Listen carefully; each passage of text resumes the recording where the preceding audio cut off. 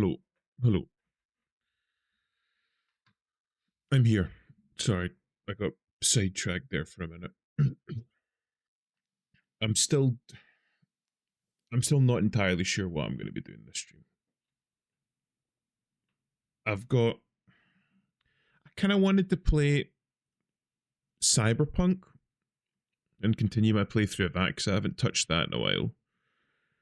Part of me wanted to play Deadlock because I usually play Deadlock with folk on the Friday night, but everybody's busy tonight, so I kind of feel like I don't want to just play that by myself because I'll just fucking AFK and sweat it out. But I also noticed that Frostpunk is out now, and I played through the first one and I thoroughly enjoyed it. Really, really enjoyed it. I enjoy the setting of it. The kind of like steampunky, well, hence the name Frostpunk, the kind of steampunky aesthetic. It's kind of a bit what I based my character on.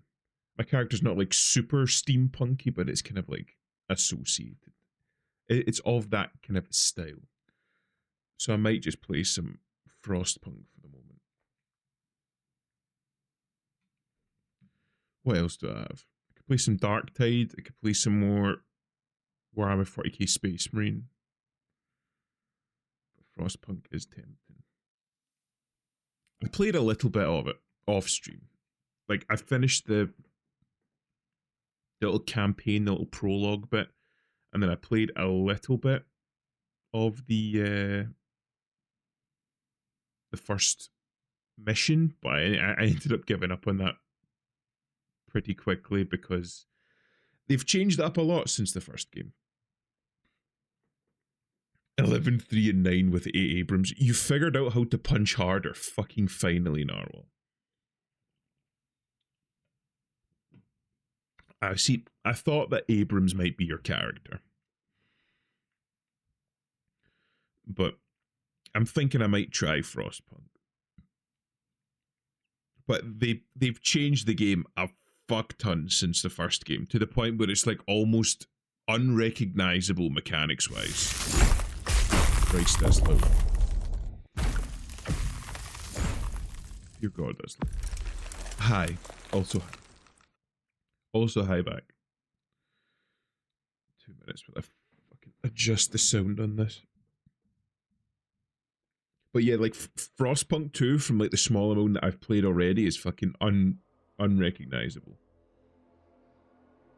It's really like not the same game mechanically at all, except for the fact that you're surviving in what's effectively like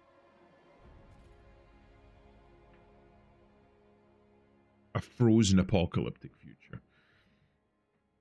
Also, Kelvin tried to frostbeam me twice with his Temu branded shit. And you promptly punched the fuck out of him, I should hope. Yeah. So I got to this, but it was very much like a first run, so I was figuring shit out. So like one of the things that I did was I got to this stage doing the research, but I kept thinking to myself, wow, there really isn't a lot of research. They have like a research tree, but it's like locked behind an awful lot. So I thought, all right, well, maybe I just need to further the story and I'll unlock it with time.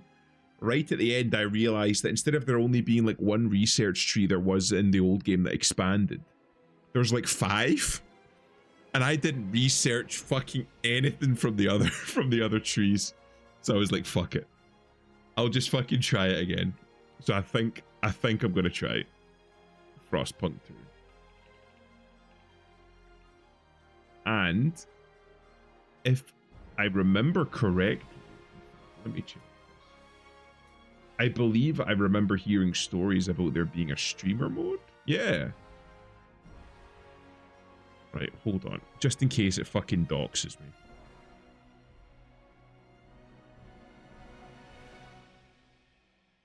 I'll stay in just chatting for a bit longer. No, the first time I just turned around slowly as he was doing no damage. Second time, bro did his Frosphere BS, my brother in Christ. 9 times out of 10, especially from like playing Shiv. Especially from playing Shiv.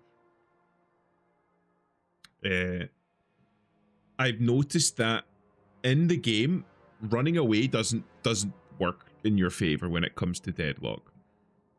Very often what you want to be doing in deadlock is even if you're in a situation that is unfavorable to you, if you get to that point, you should just turn around and kick the shit out of them, because it does very much seem like, well, at least for Shiv and Abrams, you have mobility, but the enemy has an awful lot more mobility. So very often it's just better just to like turn back around, deal some damage, and hopefully like scare them off to the point where you can get yourself a little bit of space. Because I know that since I've started playing Shiv, and if I get caught out, if you just turn around and start hitting people, if you can injure one or kill one, very often the rest of them will back off, and then you can try and make some space after that to escape. Whereas if you just run, you just get run down and you die. Anyway, with that all set up, and then we'll do this. Christ, has it really been that long? Right. Frostpunk 2.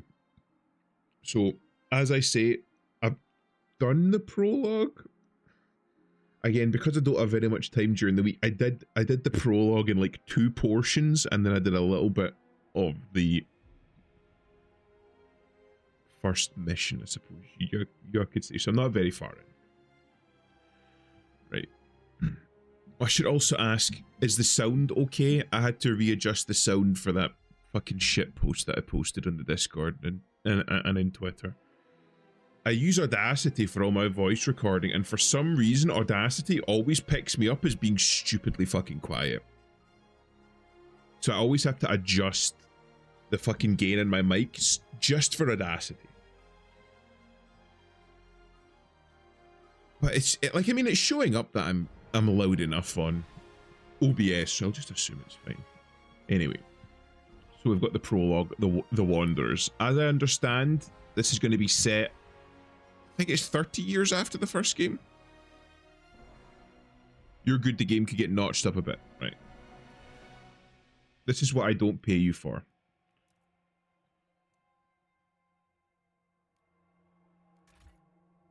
How's that? Well, you're not going to hear very much. It just seemed very loud to me.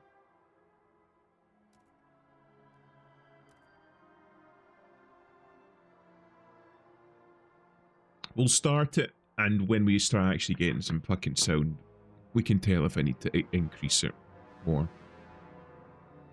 He said he's doing the part where the music starts. It's not stopped, it's just in a bit of a lull. Right, so this game seems to have started effectively after the first game, after you survived the winter. In the first game you played as the captain, which was kind of a bit like a, not like an autocrat, not like an oligarch, but you were effectively like the chieftain, so you had like as close to absolute power as you were ever going to get. And I believe in the start of this game, it starts with the captain dying, so your character from the first game dying, and you have to kind of carry on after that. But this is the prologue, the Wanderers. In 1887, the world froze to death. Civilization crumbled. The failing British Empire built generators to support cities of evacuees, cities that would become the last on Earth. Whether huddled by a generator or out in the open frostland, those that survived were shaped by the ordeal. 30 years later, all became very different people. Start a fresh story. And I'm just like, because I know how fucking brutal this is, I'm going to leave everything as is. I'm going to leave everything as Citizen. Because I remember me finishing the game the first time took a lot of fucking playthroughs and a lot of rage.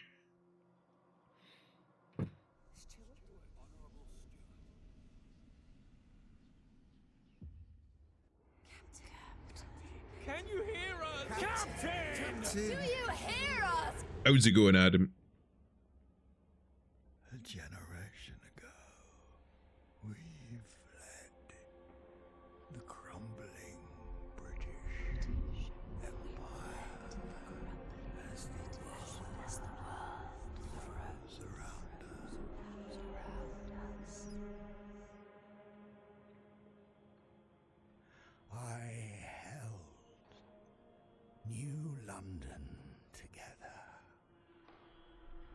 This is the cap. United,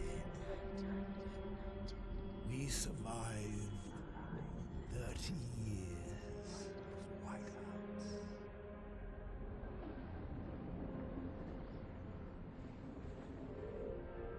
But the world around us is dead. Empty. Right for taking.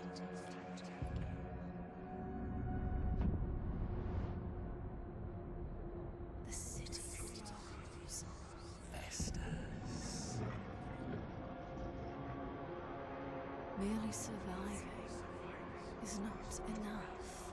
We have to expand. After all, it's us who survived the end of the world. Yes. Now what?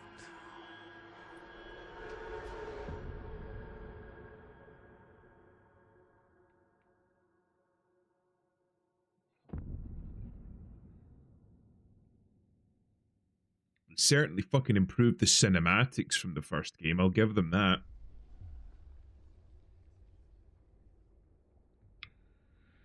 We've been roaming the frozen desert for years. Many of us do not remember a world before the Great Frost. Now, another whiteout is coming, and again we've reached the old machine. Again, we will rely on its furnace to provide heat through the storm. In the past, we've always made sure there were enough supplies for the next whiteout. But our numbers have grown through the years. Providing for everyone is getting harder and harder. We must survive.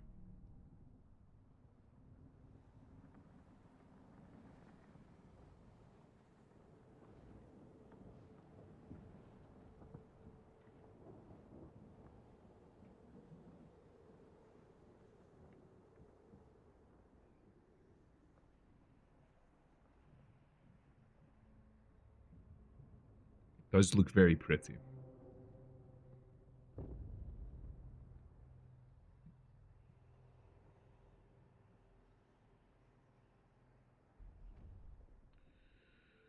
The old dreadnought remains in pieces under layers of snow, but the scattered wagons still have resources inside. We must first break ice to reach the oil wagons and construct an extraction district to use it. Then we can turn on the dreadnought's furnace to heat us. We will restart the furnace. Right. Pause. So, from what I've gathered, again, like I've said, this game is completely different. It does still start with kind of like a central area, like a generator, but you don't build like individual buildings around it, so it's not quite as intimate and quite as like close-knit as it was in the old game. It's much more about expansion and building larger areas rather than single buildings. It's kind of a bit more like City Skylines, how you would just like zone an area for housing or commercial or industry, and it would just build up the buildings around it. It's very much the same here. So down here you've got like your districts. These are the 3 districts that you've got. These are like individual construction buildings, which you can place in appropriate districts. And then you've got frost breaking, because pretty much everything out here that isn't just immediately around the what's it called again? Dreadnought. Everything that's not immediately around the dreadnought will be covered in a thick layer of frost or ice that can't be used until it's frost broken.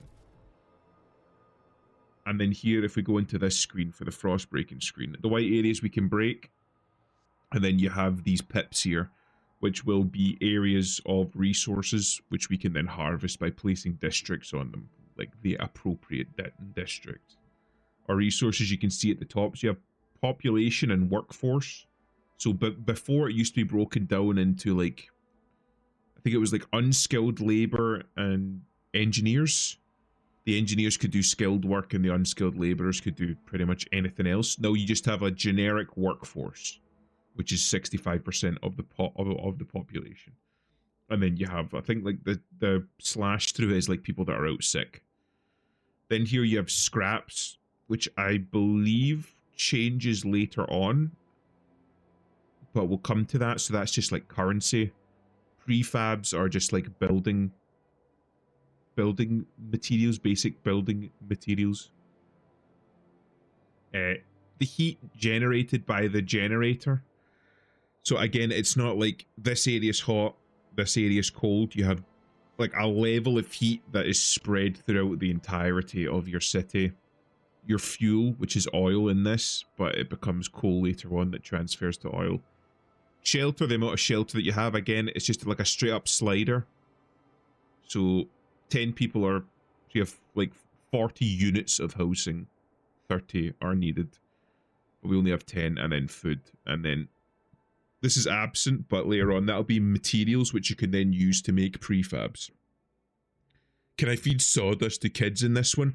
You can do an awful lot more in this one, because the Book of Laws, basically it's not just the captain handing down individual laws anymore. You need to go to a council, and within this council, it's very much based off of like the House of Commons in Westminster, in England, where you basically have to bring down a piece of legislation that you propose as, I think you're called the steward, you're not called the captain anymore.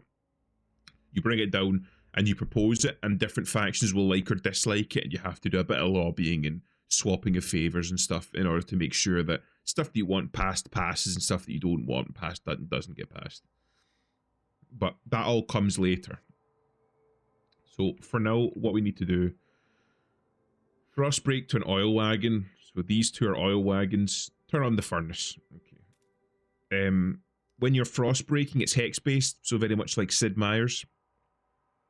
So as you can see by the pips next to my arrow, I need to frost break 8 tiles.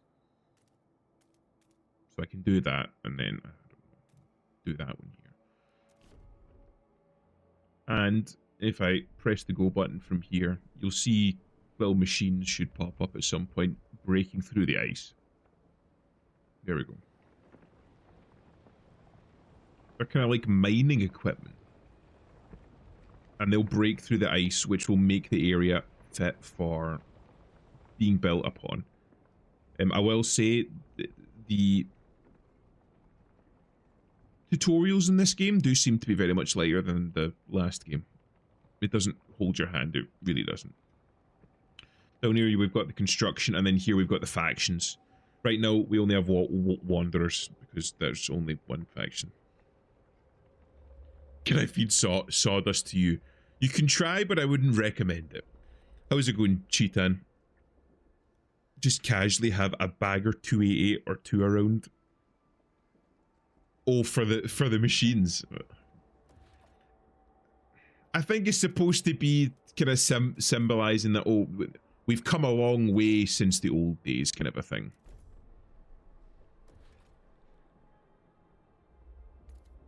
And I'll just do that as well. We'll connect them up. So we've got 2 sources of oil. It's the boys. We've got orcs. I'm not against that, to be honest. One thing that I've learned from the previous game is that if you have a whole bunch of resources free and you don't need to stockpile them, you should be spending them. So Frostbreaking just requires money and workforce. So I'm just going to start Frostbreaking, just to make use of the time and the resources that I have available.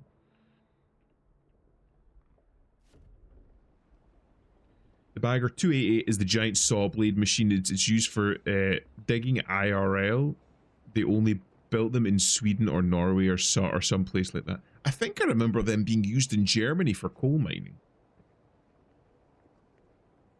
We've got a wall of green swords going, because it's only the real ones are here. Everybody present here is real. You're the quote-unquote good ones.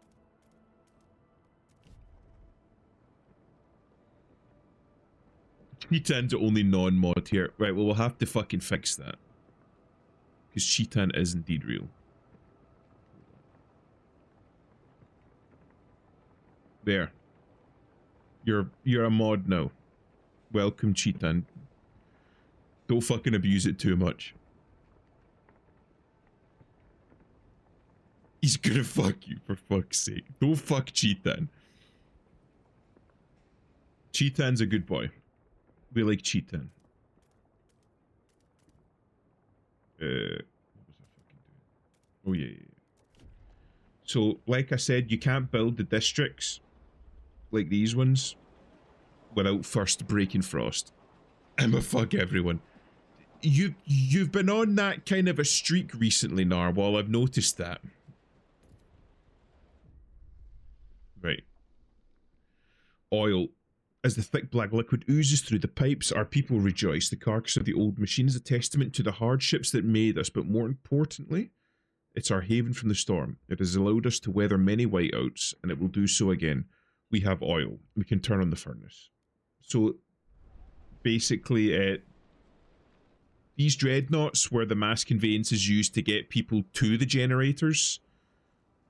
This one obviously didn't make it to a generator. Well, shit, he's got a sword now. No, we can't grape the boy. Well, you shouldn't be graping G-Tan. G-Tan's a good boy, but I mean, by sheer numbers, I suppose, if you want. I got 2 matches in Facebook dating tonight. I'm nothing like you incels. Are you gonna start telling us about your escapades on Facebook dating, Narwhal? I'm sure we'd all be very happy to find out. Provide basic infrastructure. The furnace is on. We have enough oil to cover our current needs. But the cold will still affect our people until they have proper shelter. Housing will best protect us from the cold. If built in close proximity to other housing or the furnace itself. However, we'll need prefabricated parts for construction. We brought some with us. The rest we'll have to extract from the wagon wreckage. Nothing to talk about yet. It's not what it sounded like to me, but okay. I like how Vivi's in the little is a literal female. We just went after Cheetan. Well, I mean, well, two factors here, right?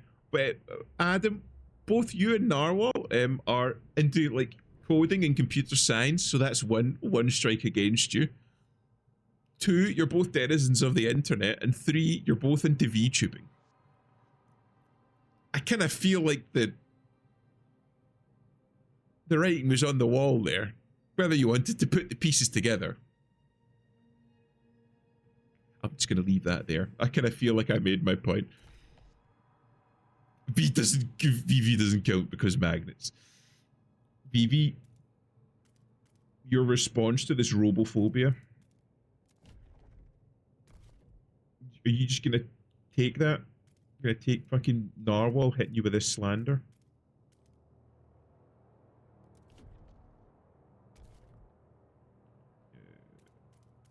I'm gonna regret doing this because I'm using up so many of my resources, but I'm thinking this is gonna be good for me in the long run. I'm coping, and I'm just gonna say that I'm building for the future.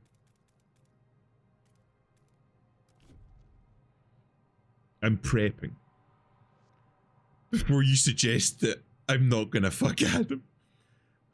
You see, I'm gonna be real. I don't think you would be fucking Adam. I think Adam would be fucking you. It's just that kind of vibe that I'm kind of getting off of you two, you know?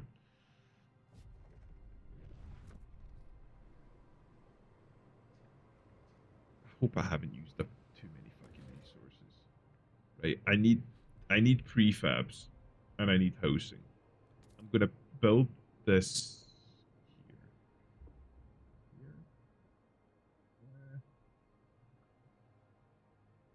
I'll build it here. We'll do that. And then housing. I'm gonna build here.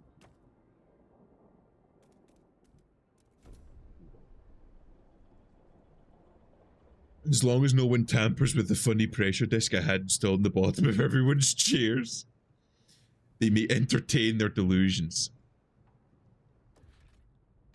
This is concerning now. I hope there isn't a pressure disc under my chair. Deadly cool. Just as well I build those houses then. And our main... Hold on. I'm still fucking struggling to brain here.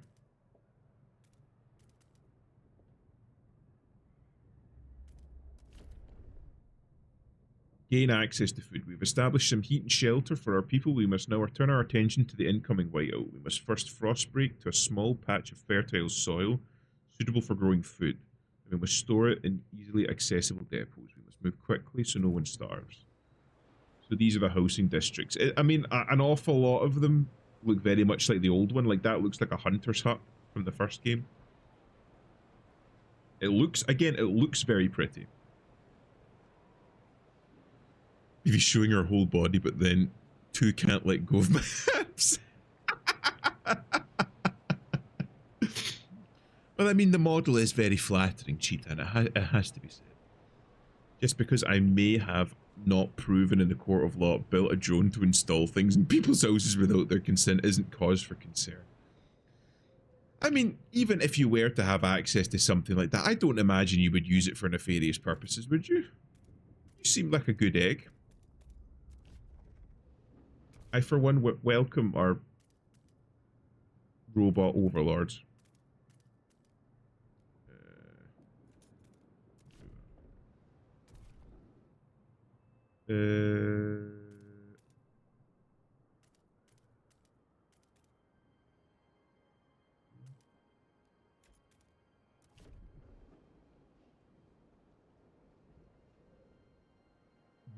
Giving people surprise uppies.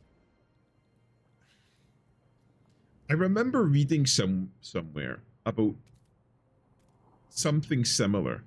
The quote unquote surprise uppies were like people buying like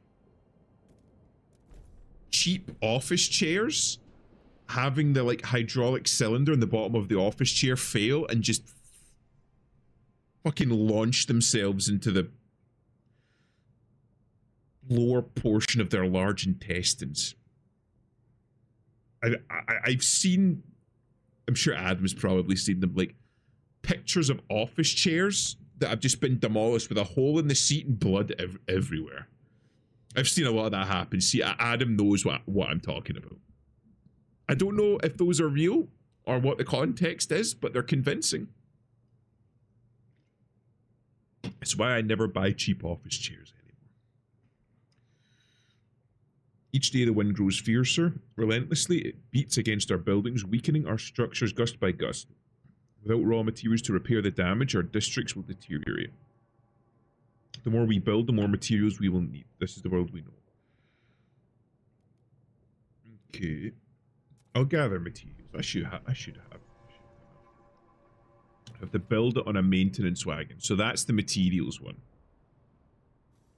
So I'll wait. I'll fast forward and wait for the shit that I've built to actually finish building. We've still got all this area here that I've frost broken, but it's not like... Secure our immediate survival. We have a stockpile of food. We have to stockpile as much food as we can for the white out force us to take shelter. So we just need to find more food. So we're stockpiling food now, but I need to build an extraction district. I believe these are materials. Yeah. That's the maintenance one. So we'll build that there.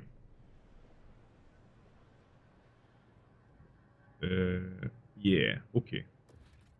And that's a construction wagon. So if we get that, that'll help us with prefabs, which we need for building. The big office is threatening us to spend thousands on chairs around. Yeah, that's real. Some of those horribly cheap Chinese office chairs failed horribly, and like a gas piston spontaneously driving a hydraulic rod into your asshole, like those air guns at the slaughterhouse. You got the fucking Anton Chigurh of office chairs. I don't know if I like that image. I'm gonna be real with you. We're needing food, so I'm gonna focus on food.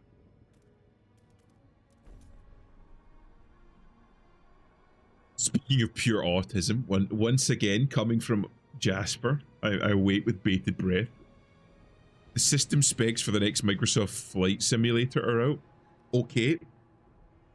What kind of supercomputer do you need to render the two towers this time? I'm just assuming that you will be needing a supercomputer. Enough materials. Fantastic. A kid in Hong Kong died during a heated gaming session like that. Playing Microsoft Flight Simulator or the hydraulic rod up the asshole? Because both are horrific. Well, minimum is 16 gigabyte of RAM, recommended 32. Let's not talk about the ideal specs. Rod up the asshole. I'm going to be real, I don't fucking trust anything that comes out of China these days. And I'm sure they make an awful lot of good shit, but yeah. I hope it wasn't the rod up the asshole. Well, Adam fucking answered your question there. We have been here so many times. The soil is depleting. A couple more and there will be no point erecting the hothouses. There will be nothing to grow food on and the yield is so low. Either we pull emergency shifts or tighten our belts. Otherwise, there might not be enough for everyone. We might not be able to fill food stockpiles without exceptional measures. Because we might. I think you can finish this with the use of exceptional measures. I just need to go like very fucking hard on the food shit. His mom came in and found him in a pool of blood, lifeless. Fucking hell. From the sounds of it, at least it was quick. I know that sounds grim, but sometimes it's better that they just die.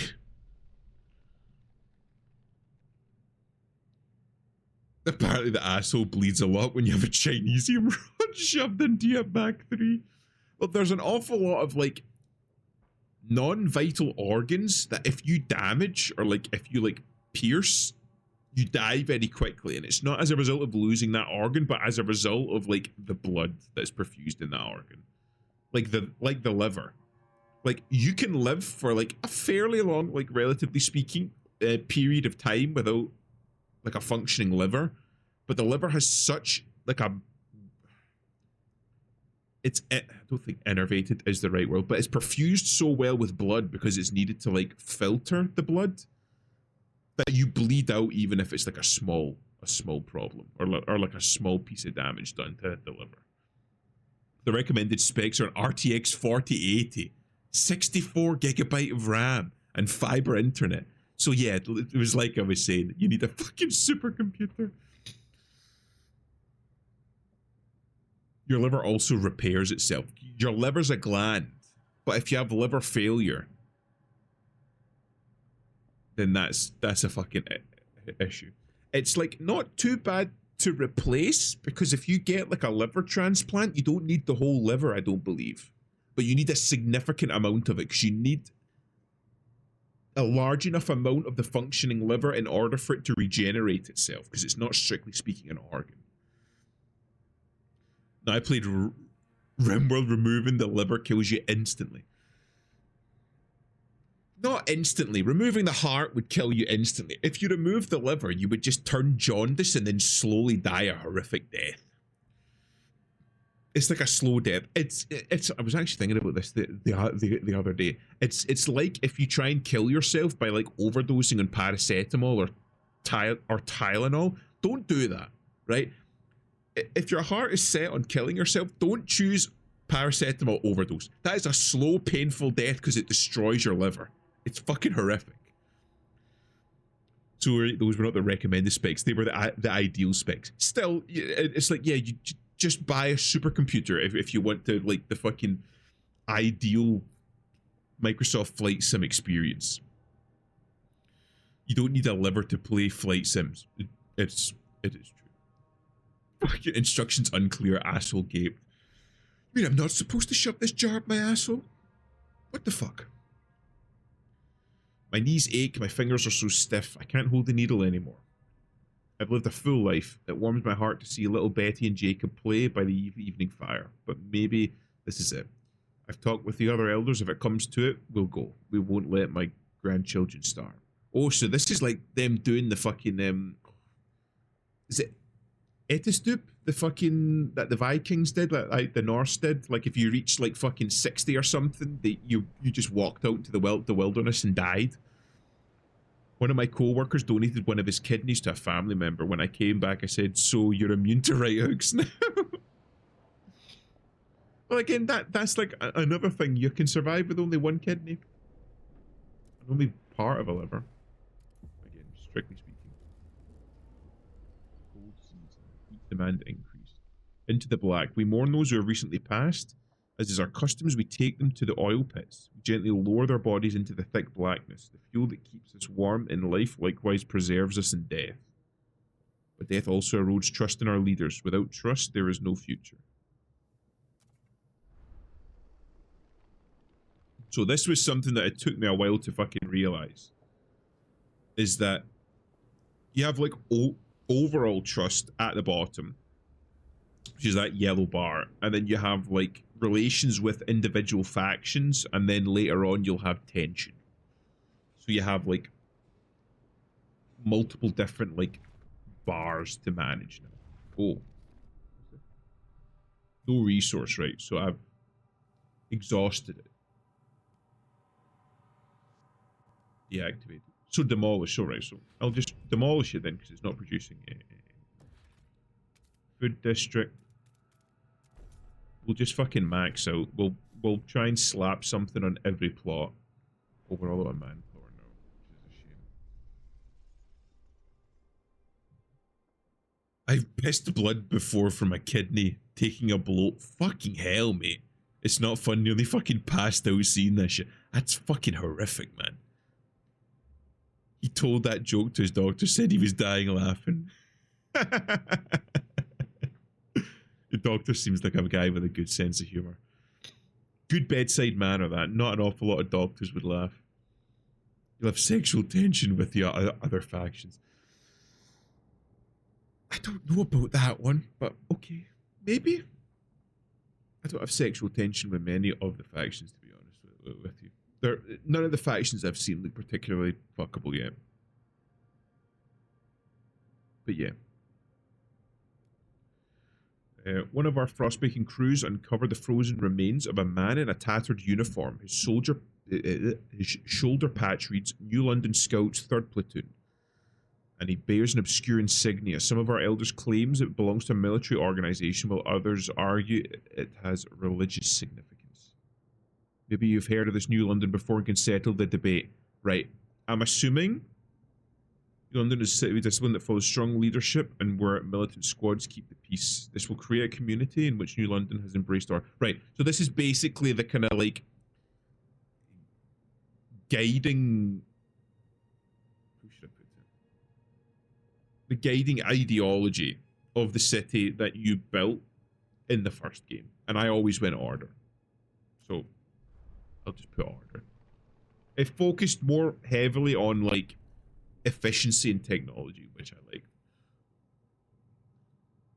A lot of sexual tension in this chat. Only among the men, though. Interestingly enough. Only among the men. I'm glad Adam says it because I was thinking it. Narwhal, you're just fucking horny, just in general for some reason. Sips tea. Phoebe, shh. Don't say anything. They respond to movement.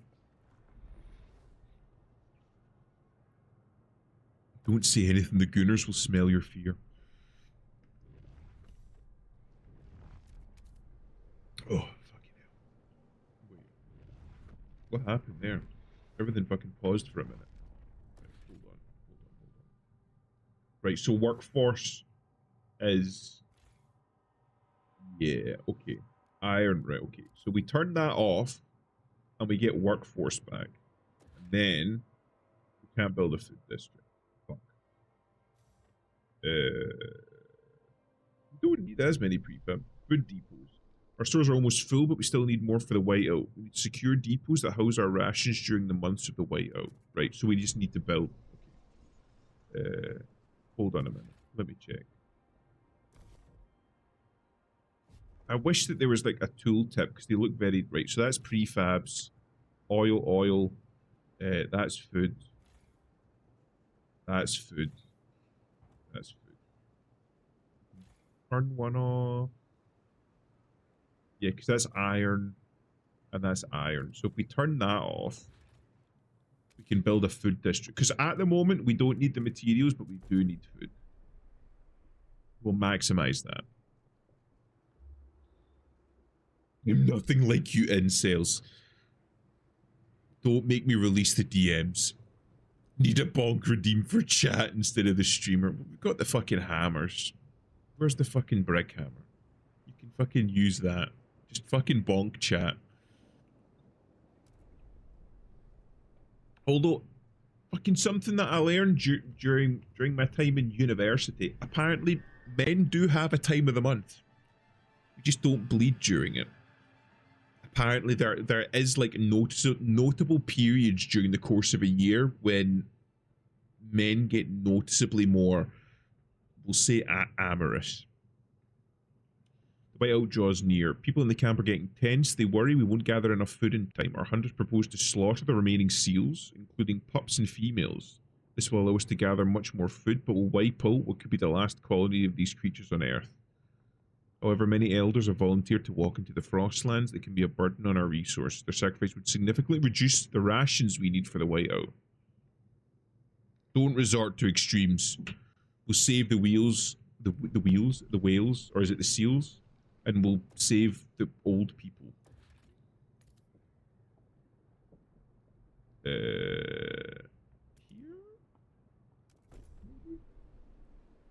Yeah, okay.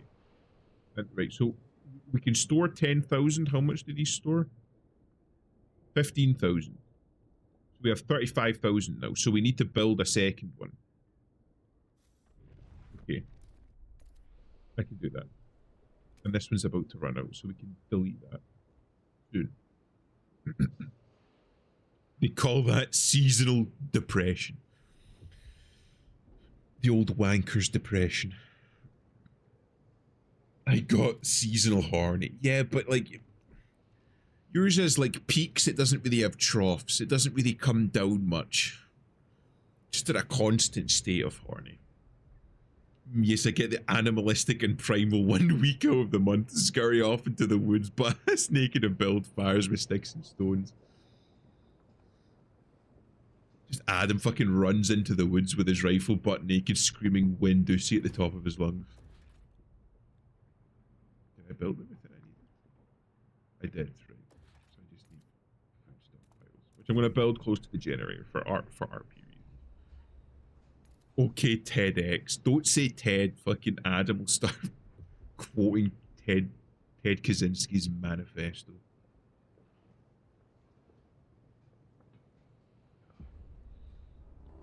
You can set your calendar to it, really. Fucking Adam and Narwhal are going to sync up during the course of this stream.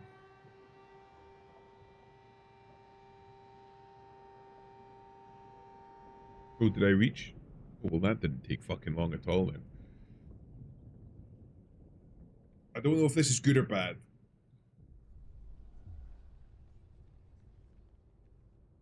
Wait, what?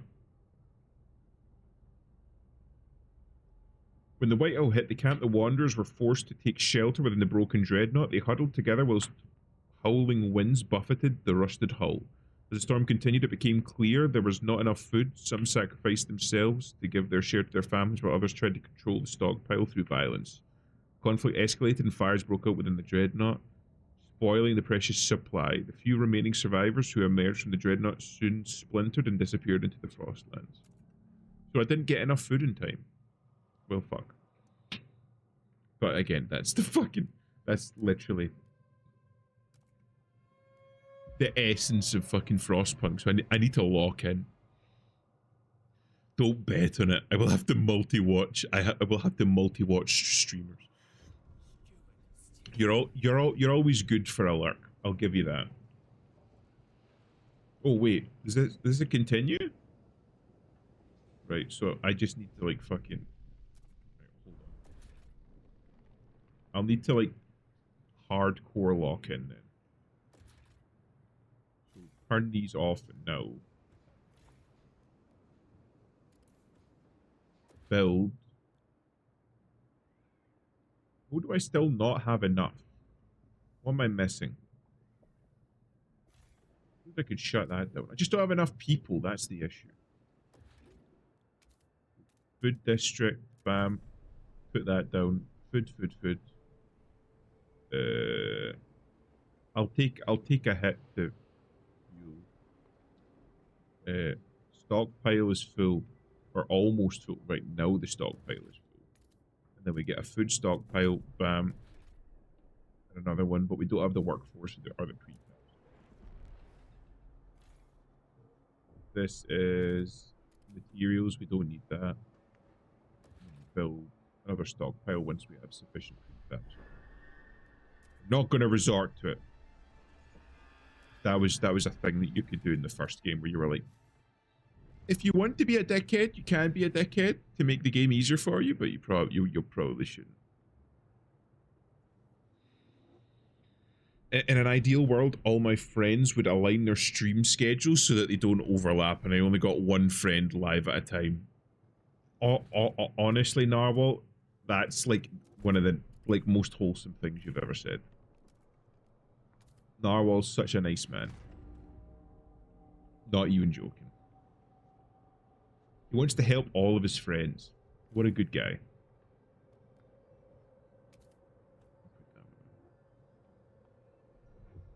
Now pick a favorite and let's start drama channels on YouTube about it.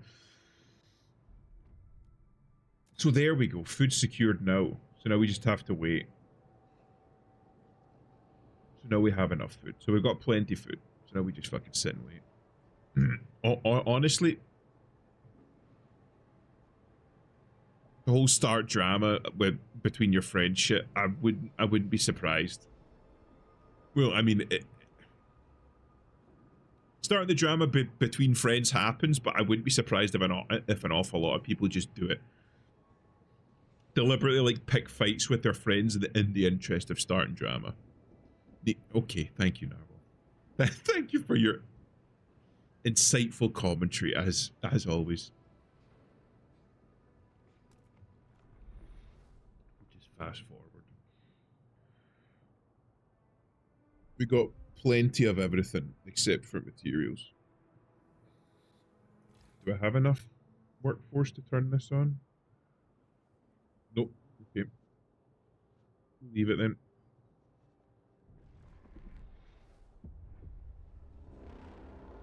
No, we wait. Well, Adam, you have some of the fucking best emotes. You and Cheetan always have fucking class emotes. I've never been much of an emote guy. Barb's got really good ones. She has one for every fucking occasion. I need to fucking look into it. I need to look into getting more. I got that from the guy that Narwhal recommended. Oh, that's a fucking sin. I should know his name. Cordis Die? Cordis Die? He's a guy that does an awful lot of art for the Hololive girls. He's very good. Narwhal put me on to him. I believe he did an awful lot of stuff for Amelia Watson as well. Rest in peace. After hearing about the news about her. It was a shame. I mean, she's not fucking graduating. She's not dying, but still. Just start at Blender for a year and make your own emotes. I fucking wish, man. If I had the time, there are so many fucking like new hobbies and skills that I would try. Rest in peace. Well, she's not dead, but an awful lot of the people, fucking Piss Boy included, are treating her like she's dead. He fucking sad posted about it. Why are my eyes like fucking fucked today? It's like they don't want to stay open. I don't know if maybe it's my glasses. Maybe I need to turn them. I'm pretty sure she's being promoted to a manager position. Well, somebody posted on one of the... I'll see if I can find it. I believe I know whose alt it is. But some a big VTuber posted on their alt saying, "Oh, is she moving into staff?" And apparently, Amelia came forward and said, "No, I'm not. I'm not moving into staff." Let me have a look. Yeah. Hold on. I'll fucking put it on stream. Put it on stream.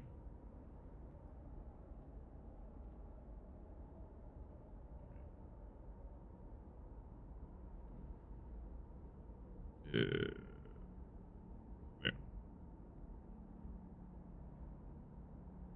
There. So somebody fucking posted on it saying that she's not going into like a staff position, like vis-a-vis a managerial position. How should I put it? I was thinking about this today while I was working, and I don't know if she's kind of like, I don't know if she's wanting to move on from VTubing, but the company's very much like, we would much rather not having to graduate because it like reflects badly on the company. So it kind of felt like that was the kind of situation that Gura was in for a long time, where she's like, I don't want to do VTubing anymore, I'm burnt out on it, can I just leave? And they were like, we would much rather you take like a year-long hiatus but stay on with the company so that we can keep promoting you and using your character and selling your merchandise. So I don't know if Amelia is kind of in the same thing where she's like, I don't want to do VTubing anymore, I would much rather move on to other stuff. I'll go yell at Bale. I'll be back later to call you in. So see you in a bit, Narwhal. I think it's just the way they worded it sounded like they were. Yeah. One of my IRL friends was speculating on it. It's weird. It isn't a graduation. It might be an American difference. Well, to me, I used to watch an awful lot of was it Hollow Tempest or Vanguard? The male version of it. Because I used to watch an awful lot of like Amelia Watson and Gargura when they first came out, when they first started doing their VTubing and streaming activities, but they started moving less away from being streamers and more towards being idols, and I wasn't really into that. Whereas an awful lot of the boys are still like, they're not really idols, they're like, we're just streamers, so we just have fun and we shit talk and we crack jokes and stuff. But two of them being Magni Desmond and Noir Vesper, I used to watch them a lot because they were very funny. They were very entertaining, alongside Gavis Battle, but he didn't. They both graduated and then went on to carry on doing streaming, YouTube and VTubing. So it seemed to me very much like they entered into corpo VTubing in the hopes that they would then have the resources, the manpower and the expertise to go on and do their own creative ventures, and then found out after the fact that if you're going to be a corpo VTuber, it's going to be quite tightly regulated, so they weren't able to do the creative stuff that they wanted to do. They had to do the stuff that the company told them to do. So they were like, right, I think I don't want to be part of this company anymore. So they kind of moved on. But I don't know if Amelia Watson and Gargura were kind of like, we're a bit burnt out, we don't really want to do VTubing anymore, but the company's like, we would lose an awful lot of money and an awful lot of face long term if both of you left, because they're like big names. They're like one of like, in the EN branch, they're like titans, they're like pillars, they're like the bedrock. So we can't really lose you, so we'd much rather have you do like Gargura and like just disappear for months at a time and then come back, do like a 1 hour and a half, 2 hour stream and then disappear for months at a time again. Or do what Amelia Watson's doing, is like, just hang around and we'll like trot you out for, you know, like big events, maybe like concerts, maybe big collabs, advertisements and shit like that. So I don't know if they'll keep it, if they'll keep doing that kind of stuff. But hold back on the graduation term might mean they show up in collabs or sell merch or something. Yeah, like that's what it seems like that to me. They don't want to graduate Amelia Watson or Gargura because they're like big names. They're like the bedrock, and they've kind of seen with Niji Sanji, where if you just start graduating people, you lose an awful lot of faith and trust amongst the fans. Because if you just start graduating people rapidly, what you end up finding is that people aren't as invested in the characters, aren't as invested in the VTubers that you're trying to put out, because they're always going to be thinking, why get invested in this person if 6 months from now they're going to graduate, if a year from now they're going to graduate. So it seems like Cover is kind of wanting to be more stable and like keep them. So I think they were probably not going to see much of Amelia Watson, but maybe see her like pop up to sell you World of Tanks or the latest, I don't know, collaboration with Anime Titty Game or something. That sounds like the one time I tried to care about esports. I suppose it would depend on the esport. But yeah, the Kizuna Ai seems prudent, where she kind of died, but they trotted her back out to make money again for like a collaboration with some sort of company selling you something. On top of that, you've still got like fucking merch to make. You've got the name, you've got the branding, you've got the character. If you don't graduate it, you get to keep all that stuff. Whereas if you graduate it, you have to take everything down and memory hold them. But yeah, so my 2 cents on it. I don't know how it'll turn out though, because it's very, the way they worded it was very vague. I think that with AI, they tried to put different people into the role and tried to sell it as the same person. I know that, who was that fucking black company from South America where they had to fucking get the CEO was like fucking half of the talents or something and being like rapey to the rest of them.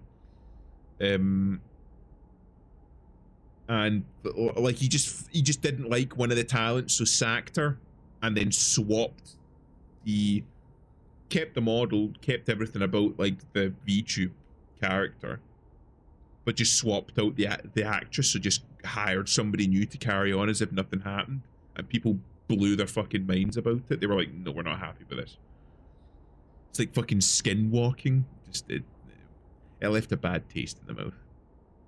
And at the same time, their new management thinks it's totally fine to add more VAs behind the avatar and straight up replace the OG Kizuna. Yeah, well, again, like, I think for an awful lot of companies, especially the smaller ones, I know that I've heard this from like companies like Phase Connect with oh, that's another sin.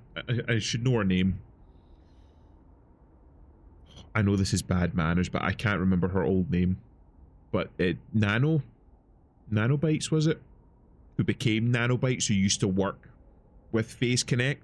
They were saying that before they let her go, they were like, we literally tried everything in order to keep her on staff. Especially because they were much smaller than they were now at the time. Because it's a massive investment, not just with the individual, but all of the assets, the model, the artwork, the merchandise, everything behind it is tied to that person. And if you graduate that, all that has to be scrubbed. So they really don't want to graduate somebody, because if they do, it's not just, oh well, we're losing a talent, we'll get another one. You're losing everything associated with that talent. So I can understand why they would do it, but especially if you're trying to, if you're trying to build up a character and not just have the VTuber be an avatar for the talent behind it, then you really have to kind of like respect that character as a character, because people are going to be more invested in the character. Because there are some people out there that they do VTubing. It's a bit like me, right? I do VTubing, I do a VTuber, I have a model, but I don't have lore, I don't have a backstory, I don't have like a fucking cool name like fucking, I don't know, Reginald Nightwing or some shit like that, you know, like I don't have like the fucking debut, I've got nothing. This is just an avatar through which I channel myself. Lore, but that's what I'm saying. So if I were to change avatar to something completely different. Like if I fucking changed my avatar to be like a fucking big titty anime woman, there would be nothing lost. So like, if somebody were to pick up my model and change the voice, there wouldn't be as much lost as in if somebody took Gura's model, removed the talent behind Gura, and just put a new actress in front of it. It wouldn't be the same, because it's not like a streamer that's making use of Gura as an avatar. She is Gura, so you kind of have to put an awful lot more respect into that. Also, considering she's an idol, there's an awful lot more like emotional investment from the fans, whereas I'm just a fucking shit poster. I have lore. I made it for Space Station 13. Are we going to get another VV lore drop? Take your avatar and have an aggressively American pretending to be Scottish Irish accent. I'm just gonna say, don't do that. Just don't do that, right? Like, I could probably maybe stomach like an Englishman, but don't have a fucking like deep South American with the fucking broadest American accent you could find doing it.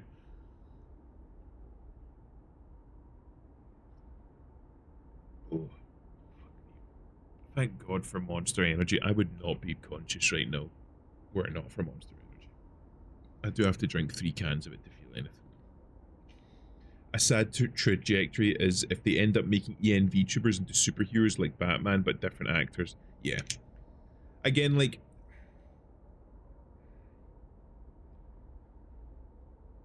when it comes, I feel like it's a little bit different, because when it comes to Batman, you're invested in Batman as the character, and no one individual is Batman.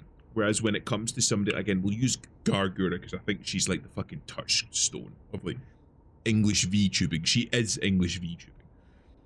The person behind Gura is an intrinsic part of Gura because it's all part of her personality. It's her voice, her personality, how she approaches things, and how she acts, and how she interacts with people. They're like inseparable. Whereas with Batman, the personality, how he acts, the look, the voice, and stuff like that, it's all based on comics. So it's like all based on something that's already set in stone. So you just have to try and imitate that. You can kind of like remove the two. But I feel like it's a little bit more different when it's VTubing, especially when you have like these VTubers where they'll stream like 4 or 5 times a week for like 6 hours. For an awful lot of people, that VTuber and that person and that talent becomes a part of their like daily life. So it becomes very, very difficult to separate the two at that point. Right, fucking finish the prologue, and I've been yapping. When the whiteout hit camp, the Wanderers were ready. Everyone was thankful we acted fast and gathered enough food in time. The miracle of the Seal Colony strengthened our hope that our journey will lead to a promised land. Our elders have added to the story to our great tales, alongside warnings about the sinful city that still pumps smoke into the sky. Reject humanity, become titanium. I feel like you and Vivi have a conversation to have there. Mind, I don't know if Vivi is made out of titanium.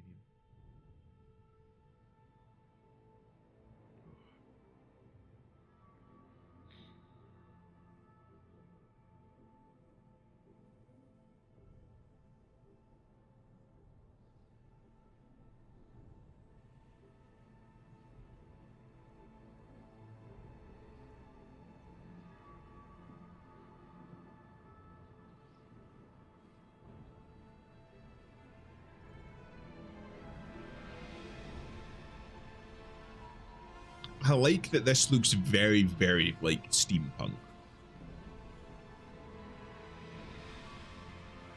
Aesthetically, it looks very pleasing. Even like the roofs being green.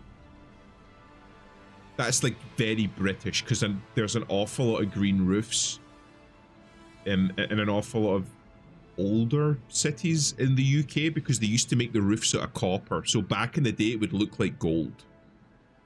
Have like these gleaming golden domes, but over time they get oxidized and turn green. So that's a nice touch.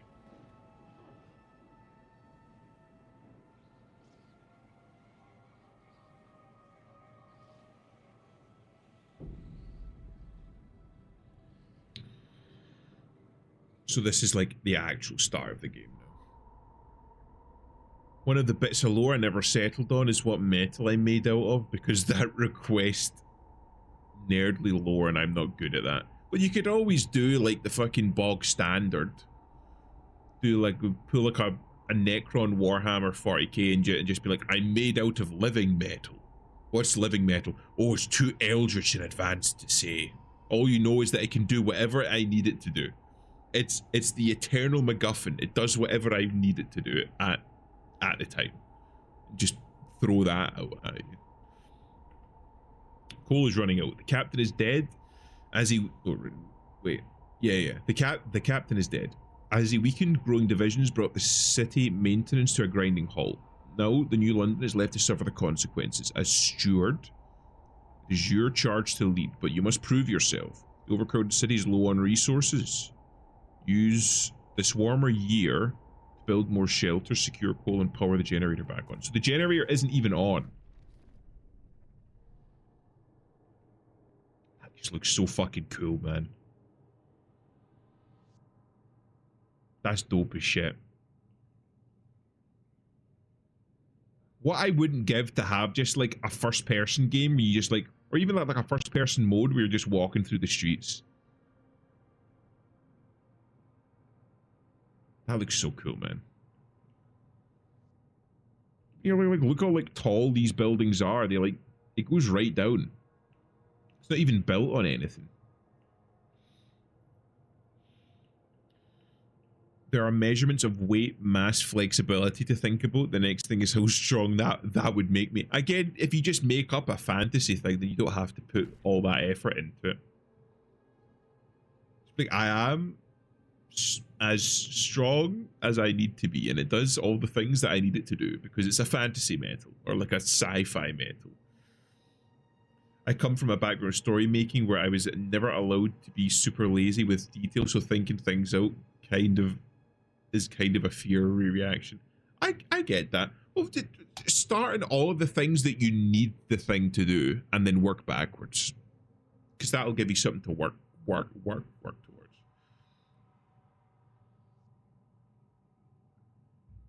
Oh, right. So I need to frost break to a shallow coal seam. So these are materials that I can use to build prefabs. These are ready-made prefabs. So if I break these down, I just have building materials. Because the prefabs are stuff that I need to like just straight up build shit. These are the coal seams. But I think that's all we've got. So that'll have to do. Then we've got food here. An infinite food source. Another infinite food source. Infinite materials. A large material vein. More materials. And I'm assuming these are like scout posts. So I'm assuming once the coal here is finished, then we'll have to go and look for oil. Just forget aluminium. It's what you use when you can't afford titanium. It's also very light though. In my D&D setting, I insisted that there was no guns or that they were rare enough not to find mass use. That's fair enough. What this? How's it going, dear? We're playing Frostpunk 2. It just came out recently. So I've been having a look at it. We've not just started, but I fucking got into yapping about some fucking cringe VTuber shit. They started an argument that would last over years about how I needed a hard setting reason for why no one would try and invent a gun in a cave somewhere. Well, I suppose it would depend on what kind of setting it was. You can maybe say that like the requisite components for the gun were like rare or something. Because one of the things that an awful lot of people have said is like, oh, well, if you live in a world where magic exists, why isn't everybody using magic? You know, and an awful lot of people pointed out like, oh, well, you live in a world where nuclear power exists, why isn't everyone using nuclear power? So you could like put like people are scared of it, or it's rare, or it's difficult to start up and maintain. There's like an awful lot of reasons why you wouldn't want to use guns. Maybe like a religious reason. People are like religiously against it. I know that that's something that they've done in Altered Carbon, where you just they invented the ability to like store your consciousness on small discs where you could just transfer it to a new body and live forever. So like, oh well, why doesn't everybody do that? Religious reasons. People don't like the idea of living forever. It's got to the point where they argued something like caves were microbiomes, and caves where you got some reason or barren so they wouldn't have bat waste to harvest or something. Oh yeah, for like the nitrogen in the guano or something, right? That you can use to produce, I believe it is, to produce gunpowder, right? If I'm not mistaken.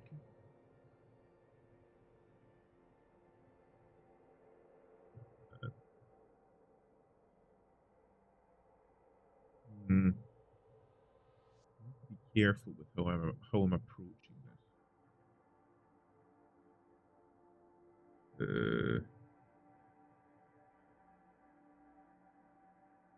50-50 gun hand grenade. It also got to the point where they argued something. Yeah, the microbiomes. One of my counter arguments was, why would you want a gun if you could throw a fireball? Is a teachable skill. Yeah. That's fair. Yeah, just make it a 50% chance of blowing up in the user's face. Flipping a coin is scary. Well, I mean, you could always look to Warhammer 40k. I say that as one of the fucking biggest Warhammer 40k nerds in existence. You have all of this like advanced technology, so maybe make it that like guns were like something that was like invented a long time ago, but the technology has been lost or is poorly understood. So guns still exist, but they're like relics and not very well understood. As I learned, the fantasy gun debate is in a way larger subject than I was aware of. True. Mind, I think you'll find most subjects are far larger than we realize with the advent of the internet. If there's something fucking stupid out there, there's going to be like 2,000 people arguing over it. But like that 50-50 chance thing that Deer was saying, you have that in Warhammer 40k with plasma weapons. Plasma weapons, whenever you fire them in the board game, on a roll of a 1, they just explode. So as a result, they're like used, but they're like used very, very sparingly. Also because people generally don't kind of know how they work. So a setting where they flood the atmosphere with something that make anything move too fast combust, so no bullets, therefore no guns. That's an interesting idea. I think I need to build houses as well. Yeah. But yeah, like there's a lot of ways that you could take it. Housing district. So I'm assuming that these crevasses are like slightly warmer. We'll do that one later. Extraction district.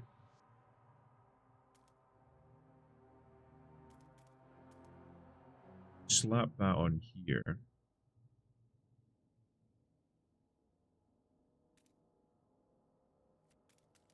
Do that. I'm wanting to like get like my basic resources set up first. Oh.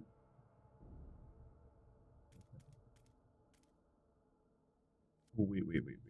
I might be able to like.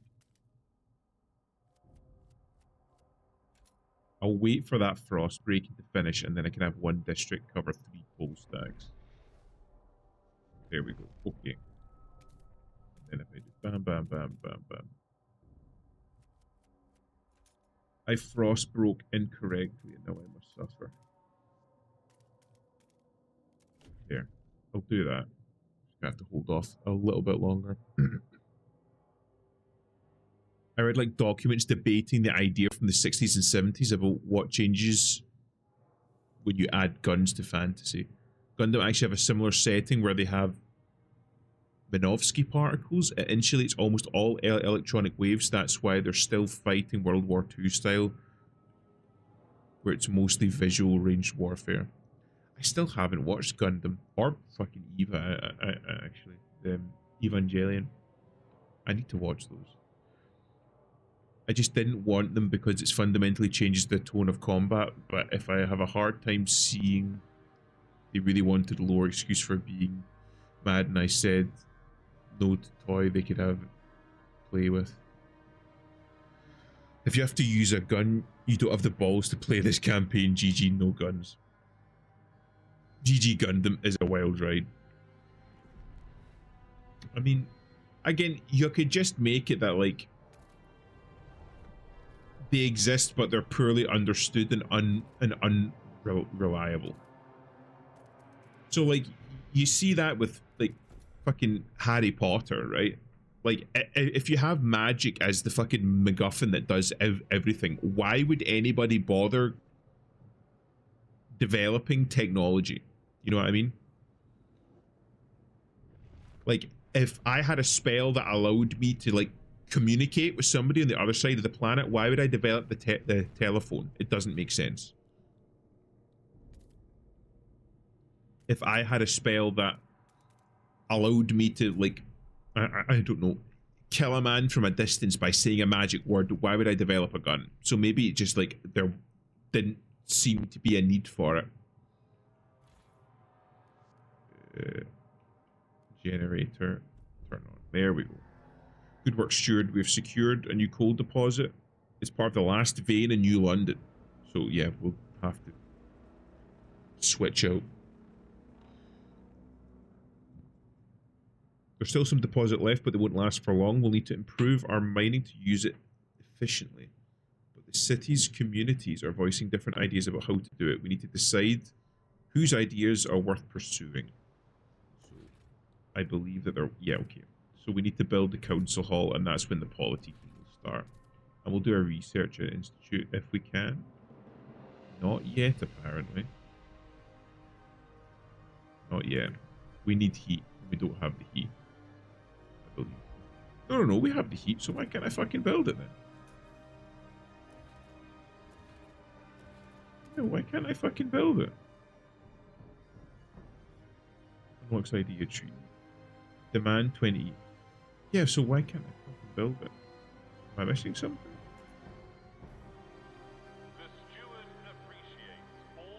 Tension notable, right? So that's the tension meter there. So, I think this does prefabs. Yeah. Okay. Prefabs. So we'll secure these first.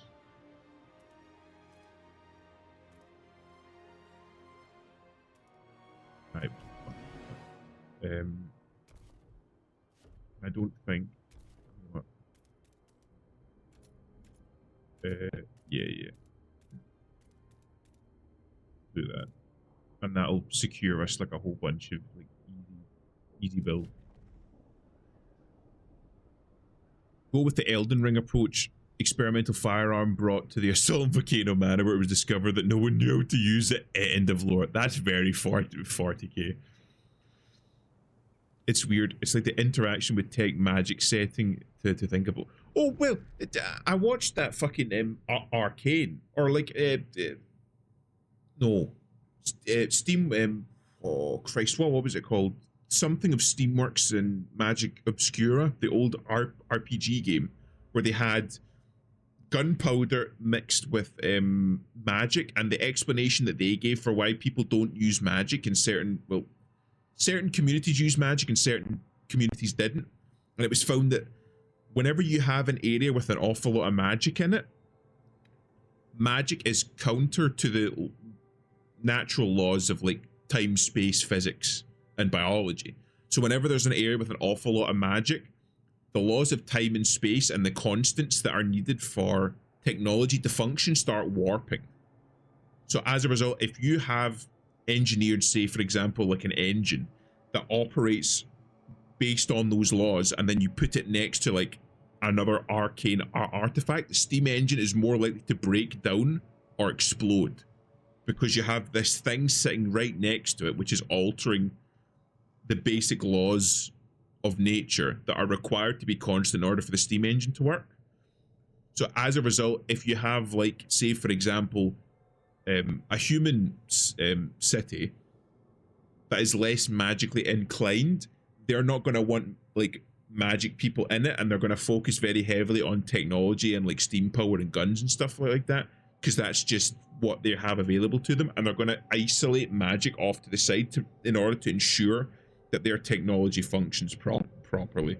And the people that are more magically inclined are not going to want technology inside their society, because it's more likely to malfunction and fail, which then causes a danger to the magical society itself. So, like, for example, one of the little lore tidbits that they put into the game was, in order to fast travel between cities, you needed to use trains. But depending on not only the ticket price, but what race you were and whether you were a magic user would depend on what class ticket that you got. So if you tried to buy a train ticket as like a rich nobleman that was like an artificer or an engineer, you could get moved into first class. But if you were a rich wizard that wanted to buy a train ticket, you would be put in like sixth class, right at the back of the steam engine, because they wanted you as far away from the steam engine as is possible, because you're a magic user, and being close to the steam engine might cause the steam engine to malfunction and the train to explode or derail or something. So I always thought that that was an absolutely fascinating way of like approaching the differences between like tech and magic inside a world. So you could maybe make it that the world that you're creating is more magically inclined, so as a result technology doesn't work as well in it. All right, so this is the first vault. Anticipation fills the air as the council opens. The captain ruled with a firm hand for years, but those times died with him. Now the communities in the city want their say. The stalwarts maintained order on behalf of the captain and adhere to what they claim was his vision for New London. Progress, merit, reason. I think that's a pretty good mantra. The New Londoners and the Frostlanders clash over our survival strategy. Though neither has a firm stance on economic and social issues, then there are those who view the stalwarts with contempt for their role in New London's history, but they keep to the shadows for now. Based on your handling of the Crow crisis, the first decision is whether you should maintain your role as steward. Open the session. Oh, this is cool.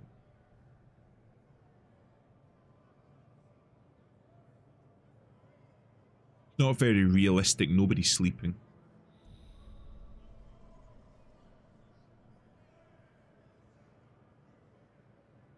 My setting is reasonably fleshed out in some ways. Well, I mean, that's good. Just have whatever works for you. When you return to the council in future, you'll be able to propose new laws to vote upon, but for now, a special vote needs to happen. The communities of New London have to accept you as their leader. Be careful, if you fail this, it will be the end of your rule. Oh shit, right, this is where the fucking Twitch integration comes in. So I can recruit viewers to the council. I don't know what that's done, but I clicked it. Apparently you're recruited. Did that fucking do anything? I have no idea. I didn't read up on this. I just saw that it was a thing. Is there like a hold on, no, I've actually got to look for this now. Let me fucking pull up my own stream. Because apparently this is fucking Twitch integration now, and I need to know if it's working and how it's working.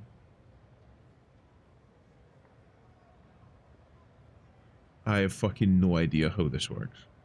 Wait, do I need to have like a specific add-on on my Twitch? And can I add it midstream? Hold on. Fucking midstream shit.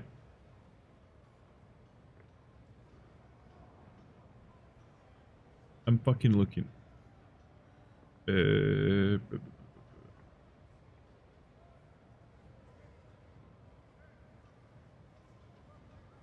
it? Is there like an add-on or something that I need to download in order to get this to work? Because I would be up for trying it.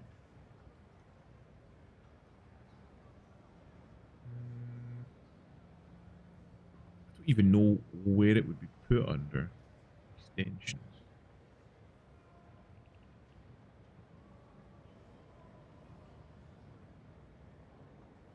There we go. Okay, so it does have a companion.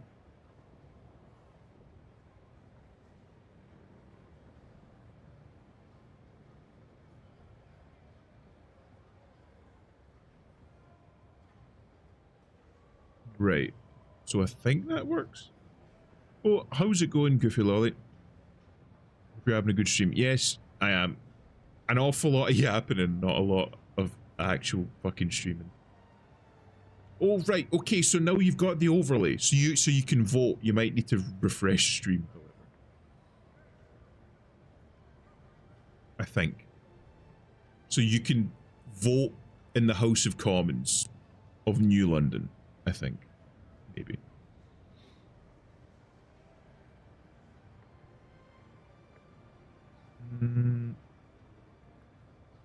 Vote of confidence. I do this. Does it actually do it? Hold on. I'm trying to vote in my own.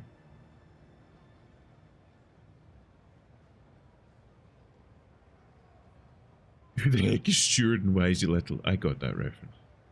I understood that one.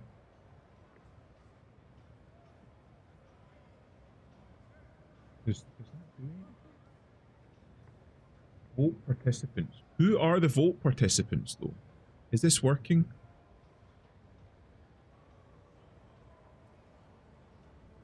I can see the overlay. I think it's working. I see a little UI for it, yeah, but it only says one participant. And I don't know if that's me. I can't, it's not even like I can like click on something and see like a list of participants.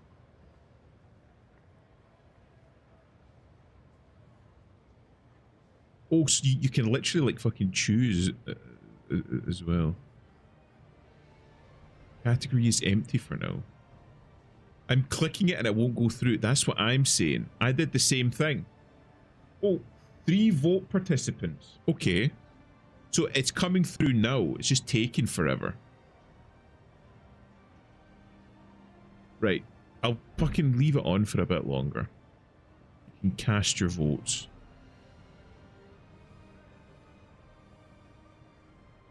Once again, I have no idea if this is actually working. But you can like see upcoming laws and vote on them and the little like communities, the little factions and stuff. Good job, Twitch. Great site. Gonna post about how crappy the site is on Twitter. And looking at get them on pay pig to my geeky girlfriend. Don't pay pig. Don't pay pig. You're better than that. You're better than that. Right, okay.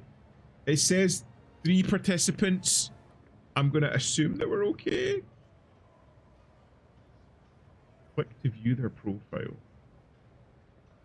Can you choose to be part of different organizations? Why is Twitch such a large portion of it? Like, if I click I or if I click nay, how do I know if it's gone through or not? Hold on. Can I bring up Twitch? This is gonna fucking dox me. Twitch enabled. Twitch count fucking 40%. Hold on. Right. I'm gonna go. Right. I'm gonna click add streaming companion and I hope it doesn't fucking dox me. I don't know. Okay, it doesn't. And I've got to add it.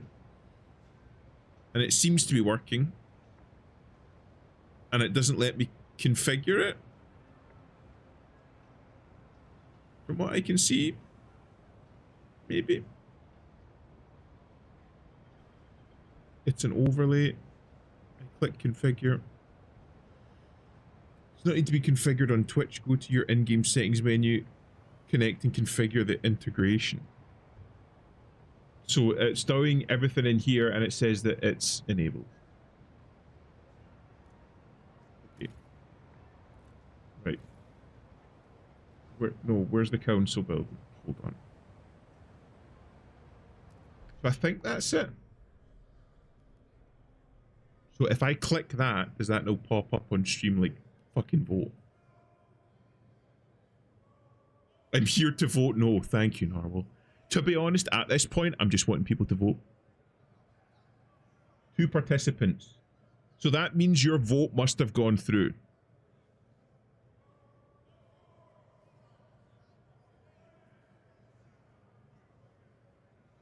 I think. One's slightly darker than the other, so I guess I'm hoping so. Right, I'll leave it for like a couple of minutes, and we'll see how many votes can actually go through.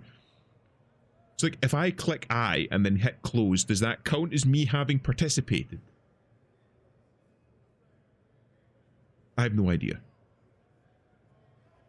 I haven't done anything. Maybe. Thank you, Narwhal.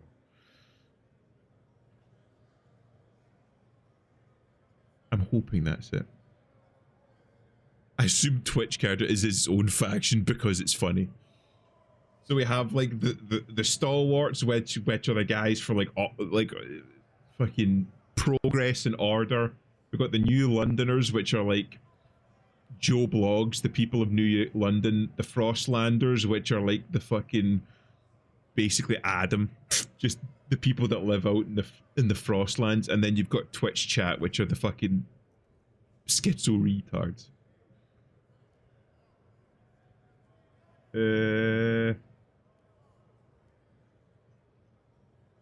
Council for Laws. I was kind of hoping that they would show if Twitch chat works, but it doesn't. Right. You are tolerated, thank you. I don't know if my vote was counted. Stream gets marked for contesting the 2020 election. If that were true, then dead people would count for 2 votes. Honestly, if Imp wins the vote, it was a rigger. With an R. A hard R, but not in the usual place. Right, I'm just gonna fucking vote, and we're gonna see. So, me, I voted, and VV voted. Did anyone else vote? Hear ye, hear ye. The votes are in. Because The measure passes. did people click? Because I need to know what we did. Because I just clicked I and then close, and apparently that was enough. There's going to be other votes, but I need to know if this works. It might or it might not have. There was something to click that... Master of Perception. I click I and close, no feedback if it worked or not. Well, I mean, you're in the list alongside me. I did like a test vote and it worked. So apparently, because nobody else either voted or vote went through, each of us counted for 20% of the vote. Because in total we were 40%. But okay. Fantastic.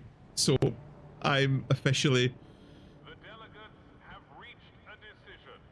A new law takes hold. I'm officially the steward now, so I'm your glorious and benevolent supreme leader.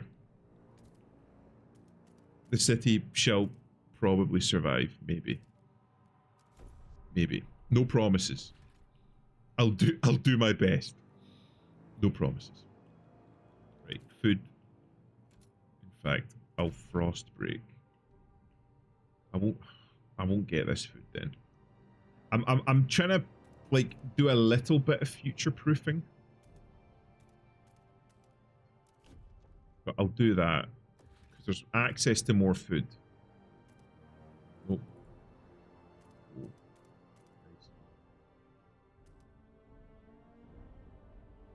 How many? 5. 1, 2, 3, 4, 5. Yeah, so like I wouldn't even be able to reach it anyway. So I'll just do that. 2, 3, 4, 5. Hold on. But this is mandatory. 1, 2, 3, 4, 5, 6, maybe?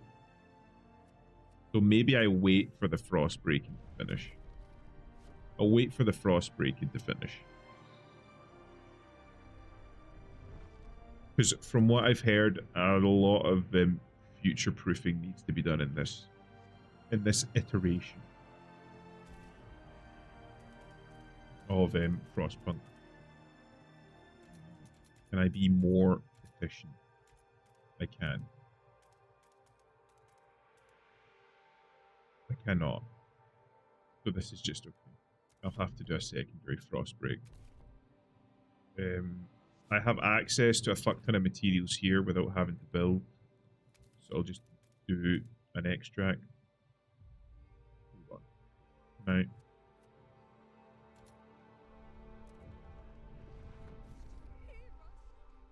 The generator wakes. People gather on the generator tower as it wakes with a thundering shudder, and it bestows heat on us yet again. This is the heart of the city, our last line of defense against the cold, our first hope for a future, any future. Steward, there's a couple who says their first child, a daughter, was born at the exact moment the generator sprang into life again. They called her Lily May. They asked that you bless her. You gave us hope back. Thanks to you, our child may yet have a future ahead of her. Very well, Lily May.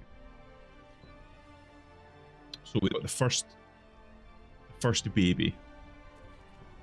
Can I build a research institute now? Absolutely fucking not. Okay.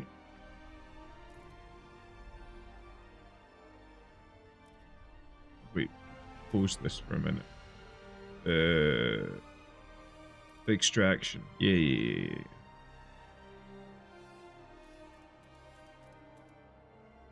Okay, we'll do that. And that'll provide us with materials. So I've got coal, I've got materials, I've got prefabs. I need food.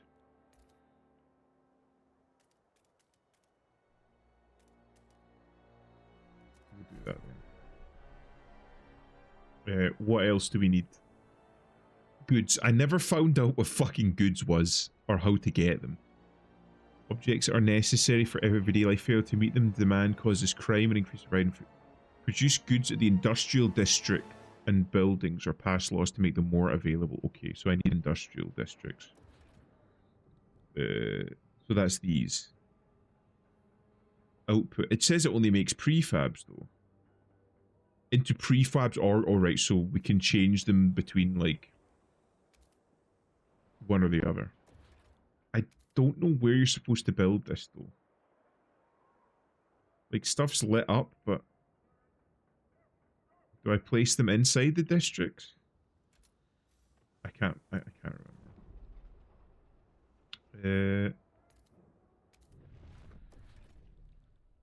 I kind of feel like I need to like expand my housing districts though. There's still like a little bit, and food. So like fucking pretty much everything. So I just need to fucking expand on everything. Not enough tiles to finish the district. What are you talking about? What does that mean? Why can't... Food district. Why can't I build here?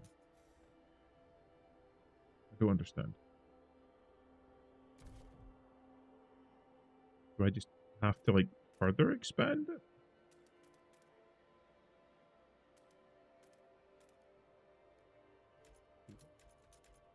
Maybe. I'm trying to be fucking efficient here, right? I'm sparging just a little bit.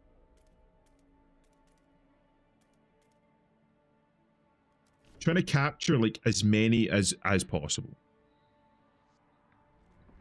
So we got food, housing, prefabs. We got loads of from just like the old, like our stocks. Because I think, yeah. So basically, currently we're like in debt for everything, but we're living off our stockpiles.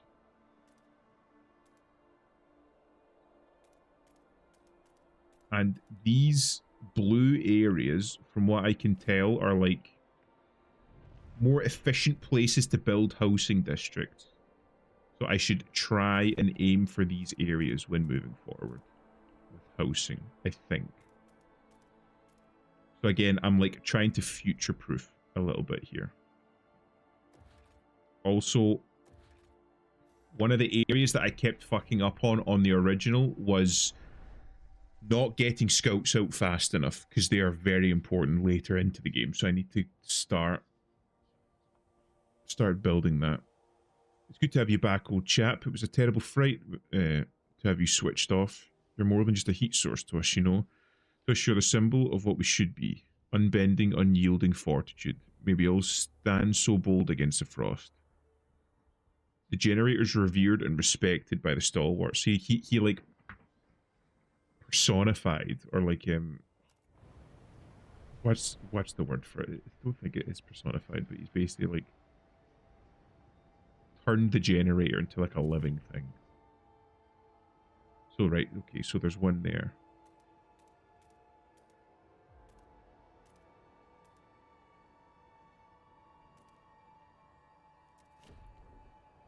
So Old Way Station, right? So this, we can use that to like explore the map.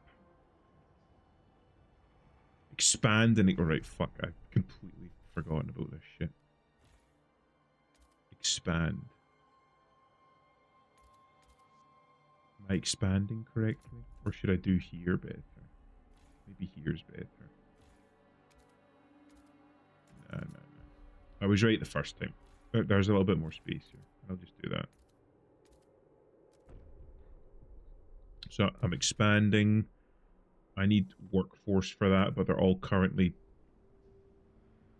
built up in frost breaking. I think I can do that, but it's just like squalor. But I believe I can destroy these once the coal runs out there, because it will run out eventually. The research institute. So I can build it now. Okay, I'll fucking build it here. Now I can research things. Oh, council. Okay, so we got another vote. And I can do guard enforcers. It's saying that it's like recommending me to. Stewards may deploy squads of well-trained, well-equipped guards to put down disruptions and otherwise keep the peace. Unlocks Quell Protest District ability, which ends protests using guard squads. Unlocks Mobilize Watchtower squads. District ability, which orders the watchtowers to field specialized guard squads instead of fighting petty crime. So what are watchtowers though? I'm assuming that that's something that I'll need to build later. Guided voting. The steward may declare a motion a motion vitally important to the city's survival, curtailing debate and convincing many wavering delegates to support it. Unlocks guided voting procedure, which greatly increases the odds of passing a law in the council. So that's like a cheat sheet. It's just like a little cheat button. I'm going to try guard enforcers. People are divided. Maybe not then. Can I do other stuff? What other stuff can I do? Do we have any recommendations on what laws that we'd like to pass? Citizenship. Heat pipe watch, city development effort, expedition support.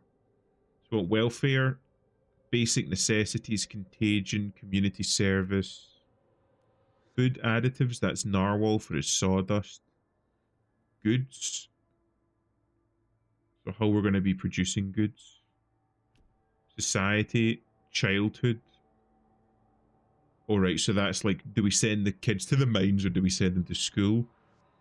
Funerals, whether we harvest them or whether we give them funerals, and this is just rules.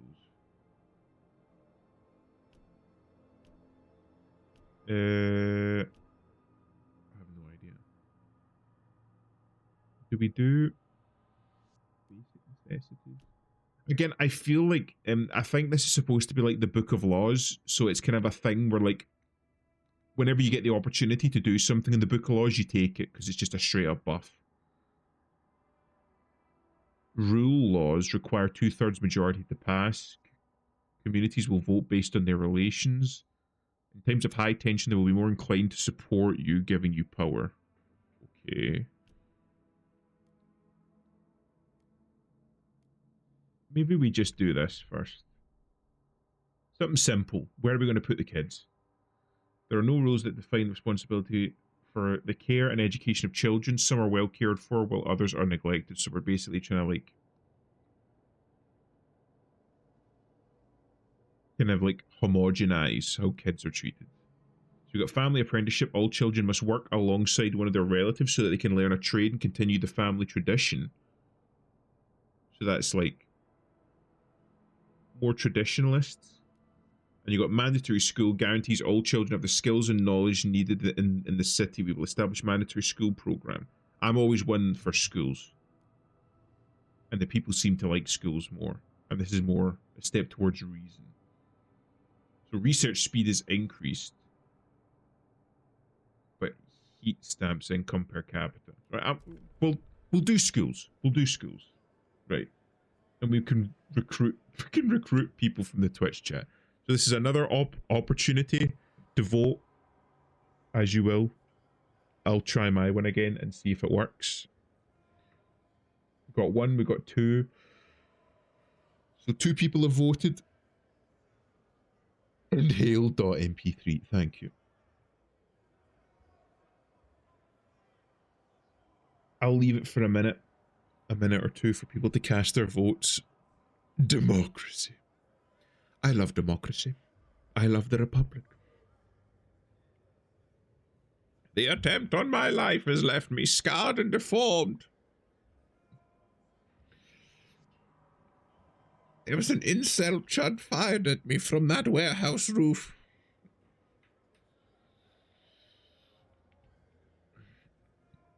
He was screaming something about sister wives not needing to be in school, that they don't need it. Something about being barefoot in the kitchen. I don't know what he was screaming about.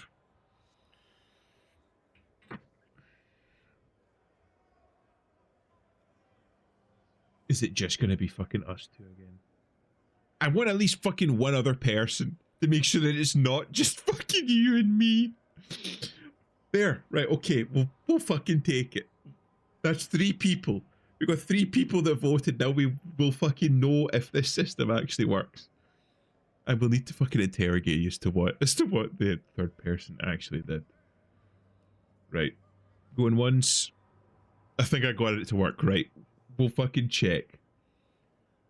Going once, going twice. We'll call it. So fucking right. So what did you do, Narwhal? Did you just click I and then close? Is that what you did? Did you do the same shit that Vivi did? Or well, Vivi and I did? Or did it like come up with a pop-up or what? Because it didn't seem very well designed, to be perfectly honest with you. You got to actually approve your Twitch identity, get the whole prompt up first. Oh. It's very unintuitive. I feel like that's just like Twitch summed up, to be perfectly honest. I just pressed I, go, no response. I hit 20 more times and here we are. Okay. Fair enough. So, the kids have to go to school. And we're building the research place. Yes. So we're building that now. We're still running low on food, so we need to build more food and we need more materials, but that'll come in a bit. Research Institute. So now we can choose. Now, this is the area where I fucked up last time because I didn't realize that there were like fucking 5, 6 different fucking tech trees that I didn't know about. Plus I was AFK, so there's yeah. I understand. We need ideas to move forward. However, different communities may propose diverging answers to the same issue. They will only pursue solutions that align with their worldview. Choosing a community to develop an idea will improve your relations with that community. Right, so heating. Resources, hothouses, filtration towers, factories, Frostland. So I'm assuming this is for like the exploration part of it. The city. Work compensation. Maintenance duty housing block, so that's like more like social housing and whatnot. Society, this is probably ideological. Yeah, so you've got like the progress and the tradition. And then hubs. I'm assuming that this has got to do with like hubs that you build onto like either districts or onto the generator. But it's saying heating, and with coal being the big issue of the day currently. I'm assuming this is what it's wanting us to research. So we have 3 of them. Right, so you got the stalwarts, which are the Order lads, and the New Londoners. Yeah. So these 2 lads are like very progress oriented.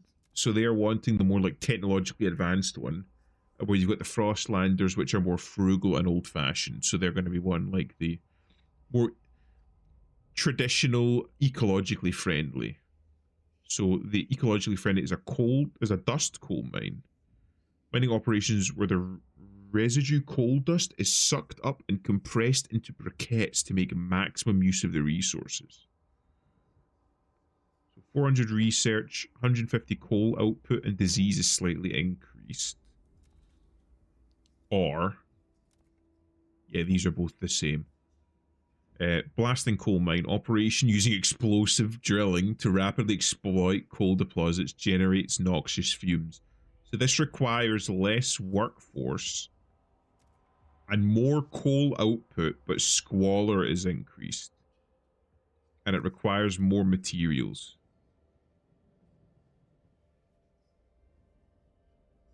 I feel like this is better. Like, this is more costly, but we've got a fuck ton of materials already. And coal is the big thing.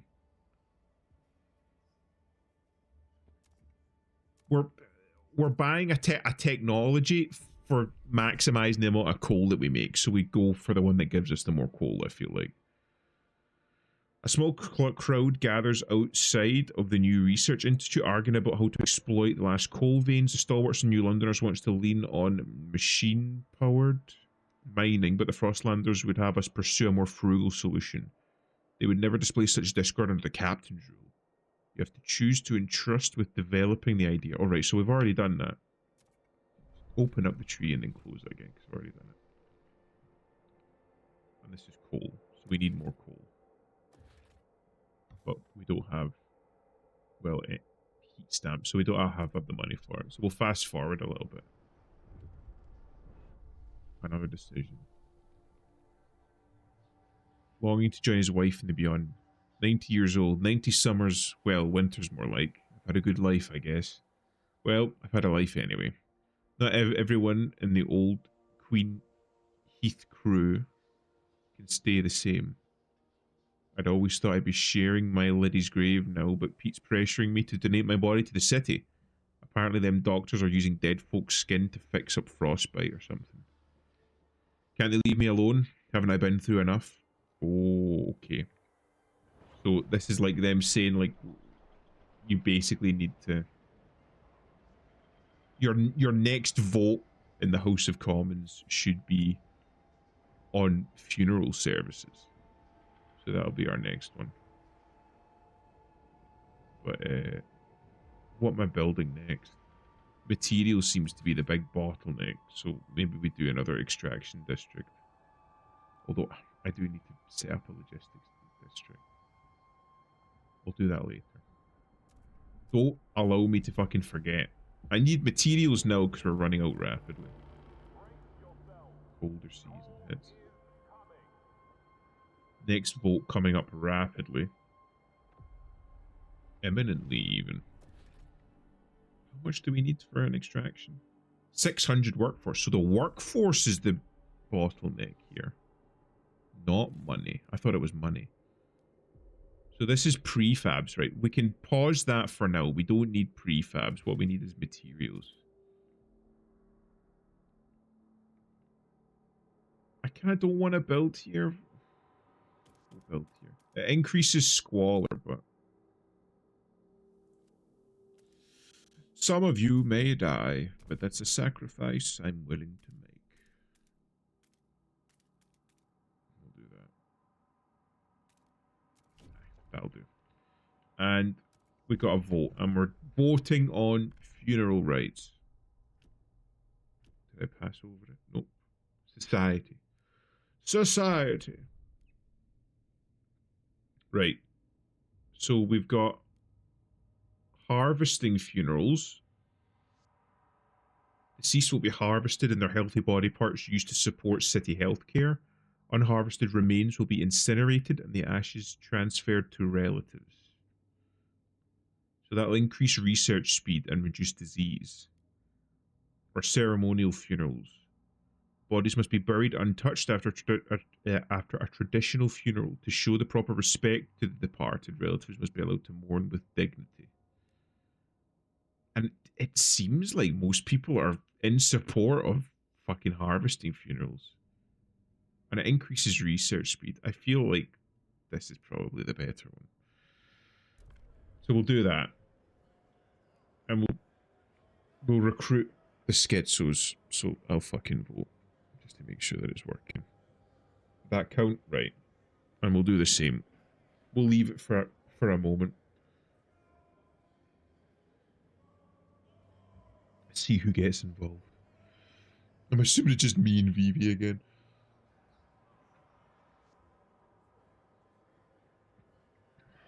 I feel like it is a waste just to fucking like bury or burn somebody after they're dead. I know that an awful lot of my friends and family are like, well, we'd much rather have our deaths mean something. But I can very much understand where it would be coming from, of like not wanting to desecrate the dead and respect the dead and whatnot. You got two options, I or gay. Real. See, this is why I made Narwhal mod. I will not vote for gay. Well, not publicly. We don't have anonymous voting here. You have to sign your name on it so we can find out if you're gay or not. We'll pass a law on that next time. If you like harvesting the dead for resources, you might enjoy the hit game Kingdom Death Monster. No, that's not something I've heard about. Is it on Steam? Let me have a look.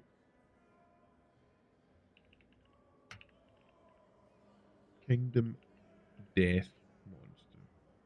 Oh, apparently not. It's a board game.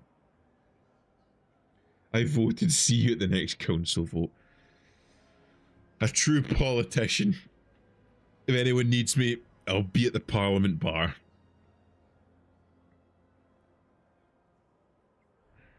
I wish I knew more people to play board games with. I know that you've got like board game simulator or like Roll20 and shit like that, which allow you to play board games, but still, it's not the same as doing it. Oh right, so you can bring that up. It's very fucking delayed though. It's like XCOM Monster Hunter, but set in that one part of Berserk where everything went awful. I feel like that's most of Berserk. Even the Golden Age arc wasn't great. We're literally taking part in a 100-year war. We'll end it there. Vote. Vote for me. The proposed law has been approved. The proposed law has been approved.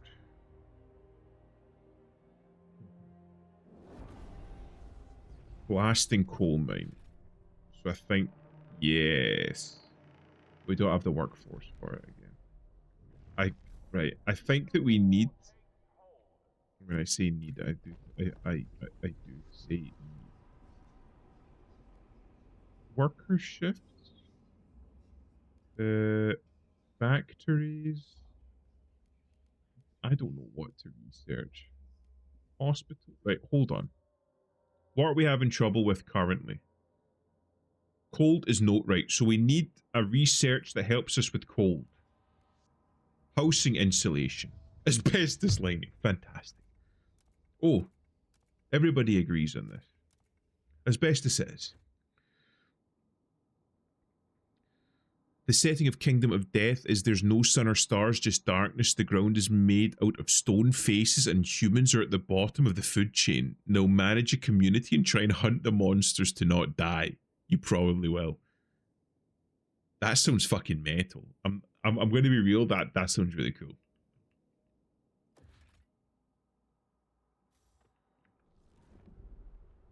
Right. If this is anything like the old game, then if we want more people,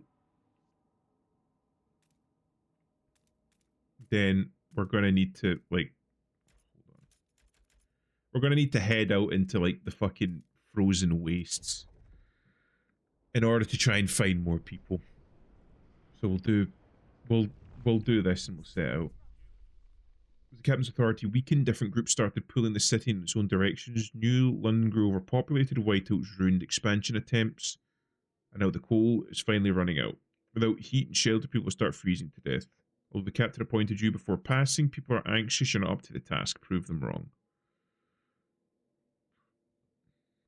Right, okay. So basically I need to make it warmer. It's a good thing I did that research then. The blasting coal mine, but I don't have the manpower for it. And I'm still running out of fucking food and... Oh, okay, right, so that's finally finished. So I'm good for that. Now it's just like food and housing, that's the main ones. Deathly. It's not just cold, it's deathly cold. Yeah, I'll put it there. Just slightly further away from the city. Heat limited. There are mechanics that happen if you fail the tutorial 4 times. This is sounding better and better. I'm going to be real. I'll need to have a look into that. I don't have fucking anybody to play it with, but still, it'll be nice. Just to have. Lack of common rules amongst our people can lead to trouble. But as the council debates the future of the city, all are concerned about the day our last coal deposits run out. We must explore the frost. So I'm fucking ahead of the curve here. I do still need Our work. elderly citizens are encouraged to pre-register their vehicles as their local harvesting. During the cold wave have taken many lives in the city. People are found frozen, not in the open streets, but some in houses and workplaces. They are thick with grief and anger. People fear the horror of years past and will return under your leadership. They want the council to ensure laws that can help fighting the crisis. Right, so people will freeze to death until... But we have lots of heat. We have a surplus of heat. Do I have to expand again? I can. Okay. Fantastic. So I don't have like 6 houses here. Can I build? Nope, can't build. Maybe I pause. We don't need more prefabs, but we do need people to fucking explore the fucking white abyss. We'll do that. It's a fantastic board game. I own it, but I have no one to play with it. You see, I feel like I'm in the same boat as you then. I used to have tabletop sim and struggle to get people interested in it. Do I have tabletop sim? I do have tabletop sim. I must have picked it up on a sale. Do I have any time in it? Literally not a single second in it, so I picked up as part of a packet in the sale, but I've never actually used it. But yeah, I never had a group to play any video games with, or any board games with, rather. Survey the frozen land. Okay. New London. It's very like Game of Thrones intro-y. Where you've got like the little clockwork city. Oh. Oh, that's cool. You can like see it from like different angles, and I'll freeze before I. Overpopulation, dwindling fuel reserves force many residents of New London to take refuge in these temporary shelters built around a small hot spring. Its inhabitants wait for conditions to improve enough for them to return home. So take them back in. Yeah. Oh wait, we still have them. So we've got Frozen Bay, Foothills, prefabs, cores, Frostland dwellers. These windswept foothills used to be thoroughly explored, but White House have erased the paths and safe houses we constructed. The area had an old coal mine, though. Maybe there's leftover coal there still. That could be good. So we'll send them there, and we've run out of people. Frostland teams and guard squads. Okay. So that's us. We can't do any more exploring because the Frostland teams are exhausted. Right, laws. Housing insulation, we've fully researched it.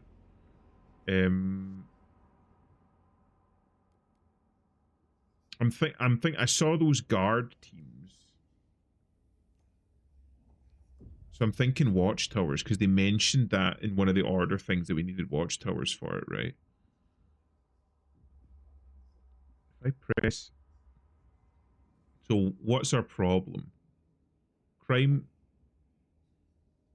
squalor, cold absent, disease absent, hunger absent. So we've got everything that we need. So we don't need these now, because this is more of a crime thing.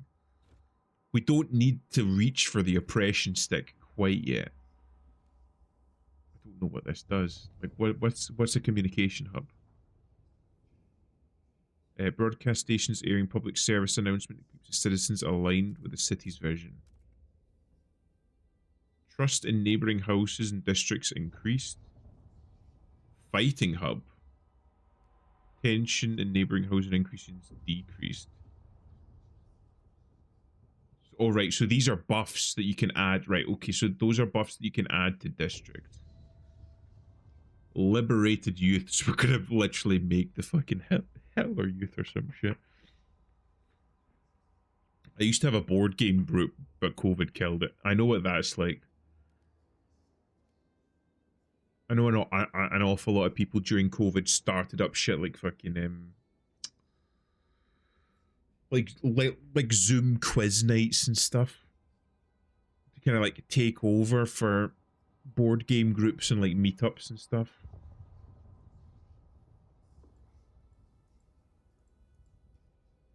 Efficiency bonuses. To encourage competition, the city will allocate special bonuses to the people who work the most efficiently.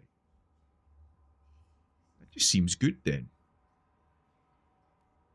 Why would we not pick? It just seems like you pay 50 heat stamps and you get just a straight buff without having to do anything. Unproductive, do maintenance. Workers that do not meet their quotas must stay after their shifts to perform machinery and infrastructure maintenance. Materials demanded slightly decreased, production ability slightly increased.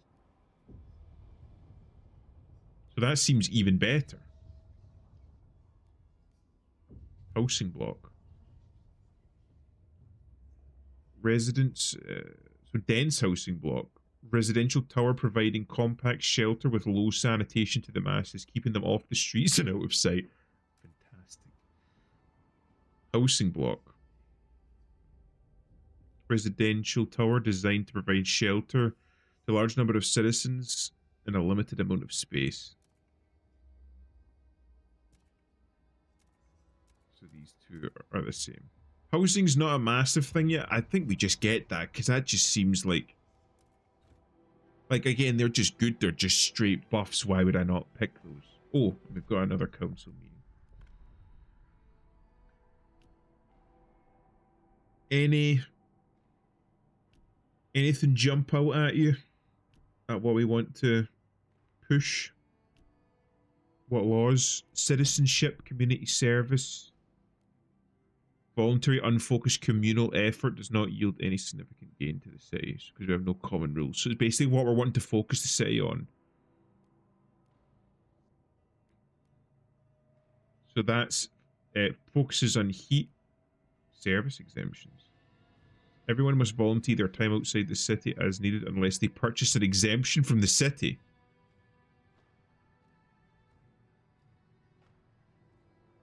That's honestly pretty good. We'll see what else. Contagion. I'm assuming that's like supportive quarantine. Contagious people will be placed in quarantine and cared for by the city in dedicated accommodation. Disease significantly decreased. Shelter demand per capita slightly increased, I imagine, to make room for the people that were quarantining. Contagious people will be required to wear a specific badge that allows others to limit their interactions with them if they deem it appropriate. So we're just gonna start giving out like the fucking Star of David to people. Right. Basic necessities. Free essentials. Based on availability, the city will ensure that citizens are provided with what they need to survive for free, including basic rations and clothing. Sounds like fucking communism to me. I can see this game is very YouTube friendly, but it's a good thing we're not on YouTube then. Paid essentials. Foster responsibility and reward work. Citizens will be charged a small fee in exchange for essentials such as basic rations. I'm just going to fucking propose this on basic principle. We're not fucking doing communism here. Nothing for free. Those who do not work do not eat. And I know the irony of quoting that, because it was quoted by a communist.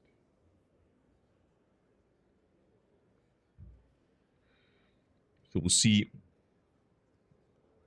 Anyone who votes nay here is a communist. But again, it's just like another straight up buff. We get more money and production is increased. So I don't know why anyone would. Why would you want to vote against it other than just like your feelings? It just makes good sense. The UI reset on me. Well, it said 3 vote participants. So I'm assuming you made it through. It'll be me, Vivi, and Narwhal, no doubt. That's usually the way it's gone with the votes so far.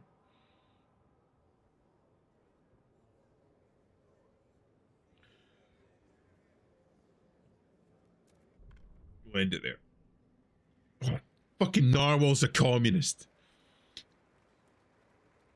Yeah, I got a door, but it's weird.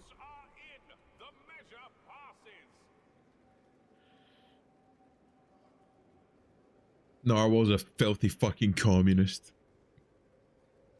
But it's weird to note it. Yeah. You're on the monitor, even if I listen to Bayo. Fucking terrible.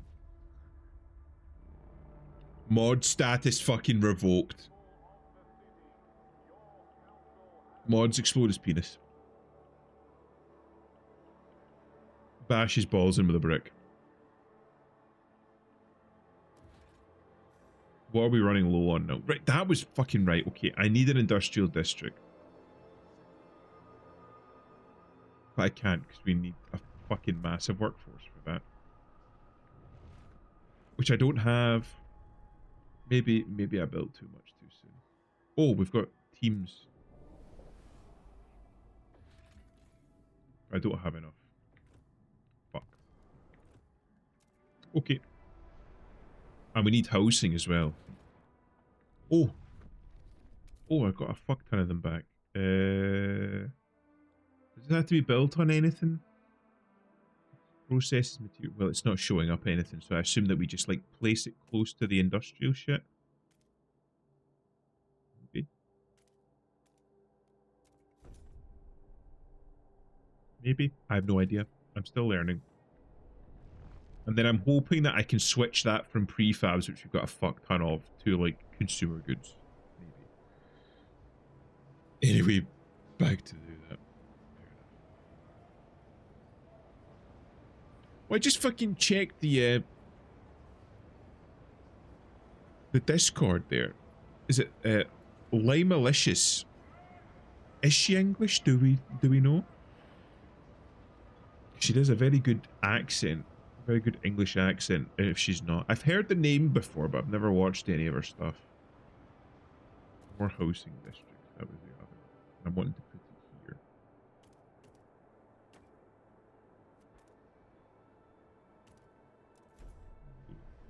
Do that. I know I've definitely heard of her before.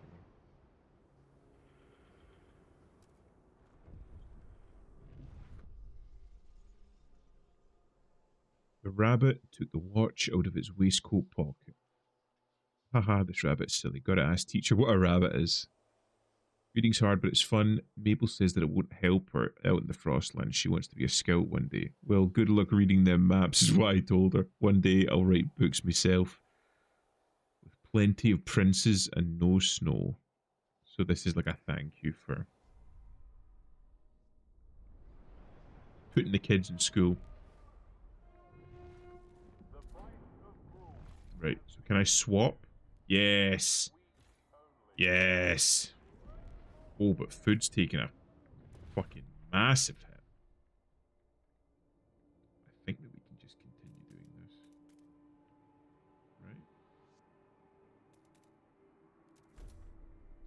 We'll do that so it like fucking connects up. I don't know if that's a buff, but we'll see.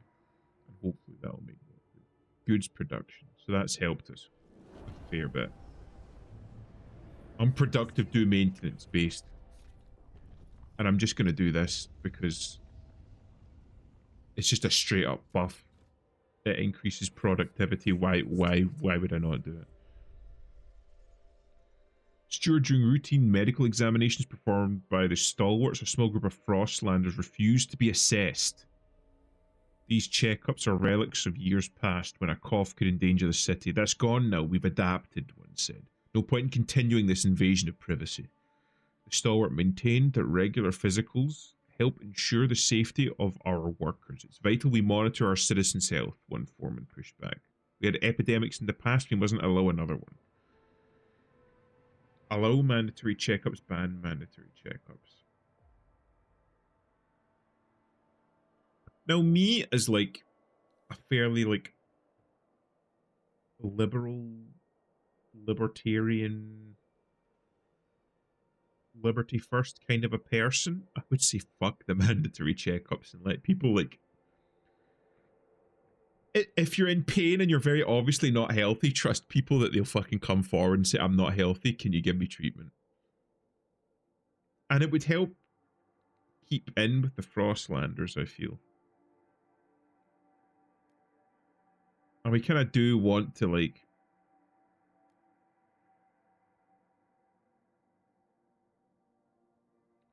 we do want to keep some like some of the Frostlanders on side, which they kind of are.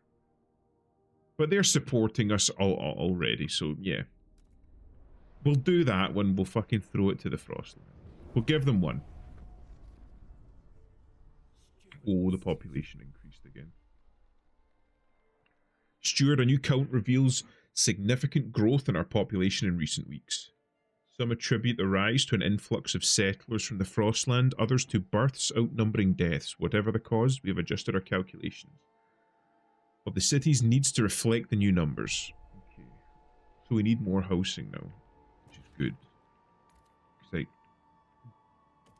dug out this little nook for them all. So that's that. We also need much more food now. So we should focus on that next. Do a little fast forward. Oh, delegates. What are we voting on? Oh, the unproductive do maintenance, right? Okay. So we'll let people vote. Again, as the man said, those that do not work do not eat. I'll fucking vote for myself. I'll vote for the one that I like. I won't leave it open for other people if they want to vote.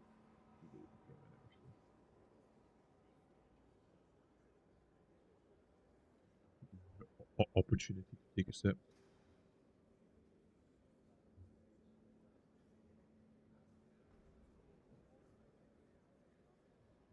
Again, this just seems like I don't know why people wouldn't want this.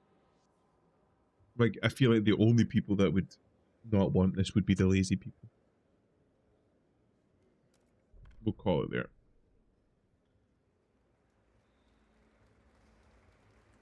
Come on. The eyes Oh, that was much closer than I thought it was going to be. I also hate lazy people. I'm not going to say anything. I'm not going to say anything.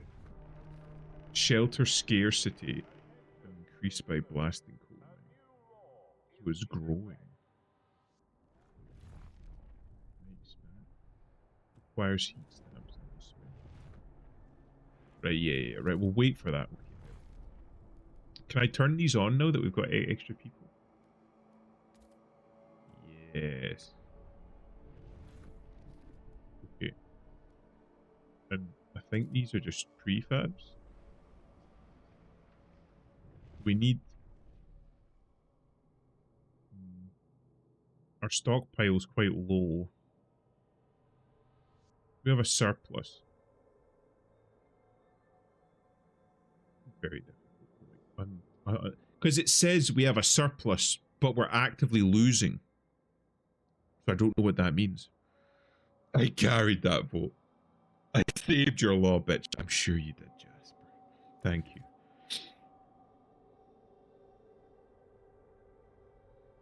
Magnanimous in fact. Oh shit, almost missed that one.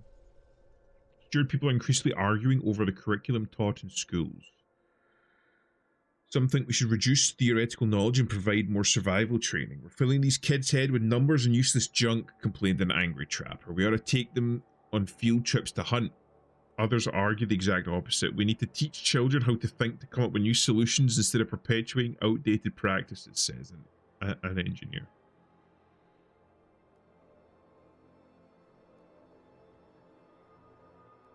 I feel like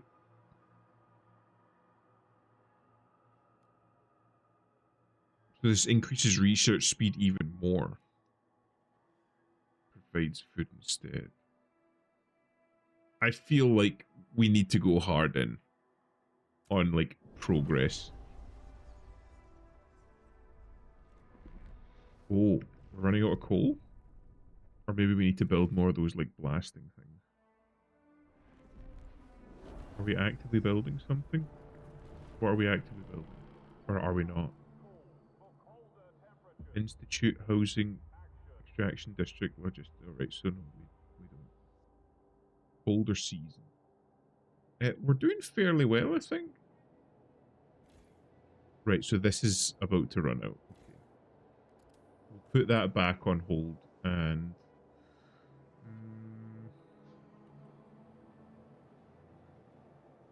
Right, hold on. We'll do another blasting thing because we're running a little low on coal there. And that should hold. Housing block. We don't need that. Housing's not like a massive... Alcohol. Fantastic. Let's see what the other ones have. So we've got youth. Young adults are encouraged to experiment free from arbitrary bounds and judgment.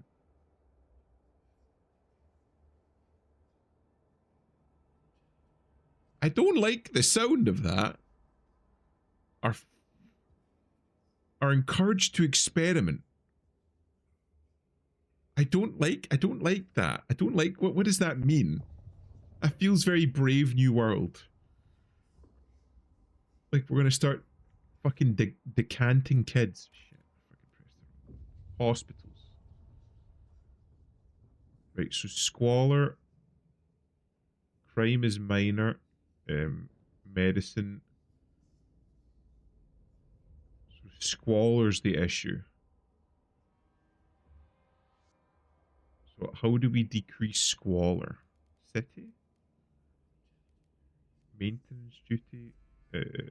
Labor organization? Labor oversight? Worker shifts? Oh, filtration towers, because squalor's the big issue now, right? Right. Moss filtration tower, structure that circulates the ambient air through natural moss that absorbs and filters impurities. Okay. So squalor significantly decreased. Unlocks rapid filtration district ability. Ventilation tower, structure that uses high-powered mechanical fans to disperse foul air outside of the city.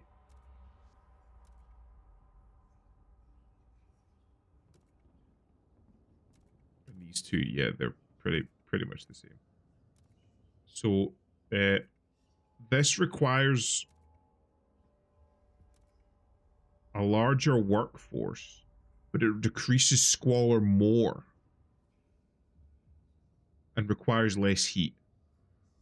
Whereas this requires a smaller workforce but more heat, but it doesn't reduce squalor quite as much.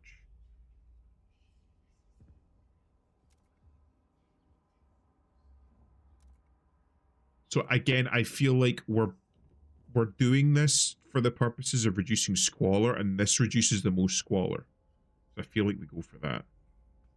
Plus, it'll keep the Frostlanders on side. They're already like devoted to us, so throwing the Frostlanders a bone couldn't hurt. What are we running low on? We could use another industrial district. We're running out of food. Coal's an issue. We'll wait for that to build and we'll see what comes of it. Oh, that just obliterated our coal issue. Cutthroat economy. Steward, now that we are charging for essentials, some unemployed families are unable to afford basic necessities. Work goes to the worthiest. If these people were passed up, it's their own damn fault. They should put in the work instead of expecting the city to solve their problems, claimed one stalwart delegate. Others are more measured and say that we could provide them with a weekly allowance. If we can't offer them work, we will give them a budget. Up to them to use it wisely. What should we do? So basically, it's like saying, like, do we want to have like some sort of a welfare system put in place for the sake of those that can't work? The way that it sounds, it's like because we're doing a meritocracy. So we can do a viewer poll. I'll do a fucking viewer poll. Because we're running a meritocracy, we put basically the best people in the jobs, the various jobs. So as a result, if you're not the best person for the job, you won't get the work. Which means that there are an awful lot of people that might be willing to work, but because we're running a meritocratic society, they're not being picked for work. And if they're not being picked for work, then they're not getting the money to eat. Which makes sense. Like, from a pragmatic standpoint. Allocate an allowance to those in need. Paid essentials provides less heat stamps, but it still does provide us heat stamp income. But it'll just provide less. Okay. The workers have spoken. The chat has spoken.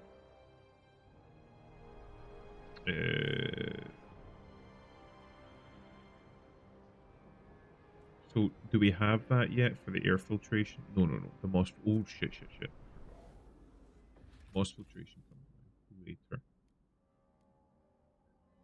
What did they open? Ready to explore battered foothills. What's this? Escort willing Frostlanders to New London. Towering structure. The old observatory. Oh, right. So that was from the first game. The towering structure often attracts outcasts and scavengers who would rather live together in cold isolation that followed the laws of New London. The settlement has been in decline since the collapse of the observation towers. Some may be willing to reconsider their situation and join us in the city. Sure. We'll invite them. And what's this? Garrison secondary engine of a dreadnought. Under its hull, we found a core. An irreproducible component from before the frost that we can use to power our most advanced technology. Fissures in the ice suggest the dreadnought traveled to the frozen bay a long time ago. Sure. That's just free money. Why would we not? That's an old one. Oh, no, no, no, no. A mining complex inhabited by children a long time ago. Over the years, they grew older and became citizens of New London. The last miners were ordered home by the captain, but we know some coal remains in the shafts. The approach trail is in poor condition, but we found a warehouse with prefabs the captain intended to use to improve it. We could take them or leave them in place if we want to use this mine again. Given that coal is running out, I feel like we just need to keep it. Like, prefabs we can fucking make on our own. I mean, like, it's 300 prefabs and we've got over 1,000. So we'll keep that. Oh, connect trail. Outpost here could increase the supply of 250 coal, I'm assuming per tick, until the deposit is depleted. So connect trails? Can I... How does this work? Cost not my... Oh, right.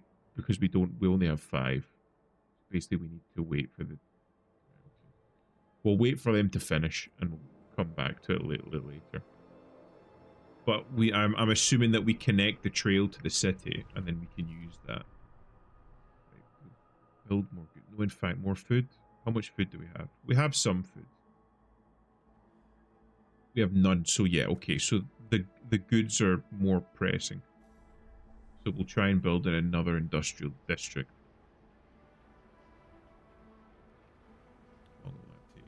Oh, we've got a vote.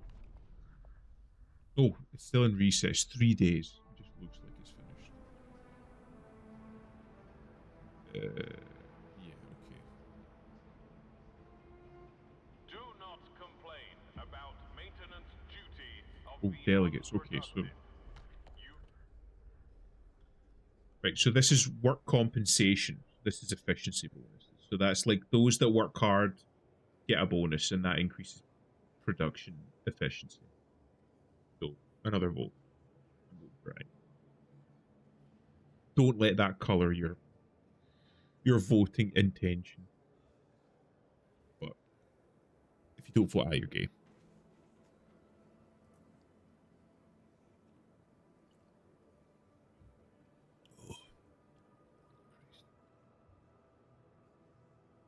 I'm enjoying this game so far, although it does seem to have a lot more work, like moving parts to it than the first game. I will say that.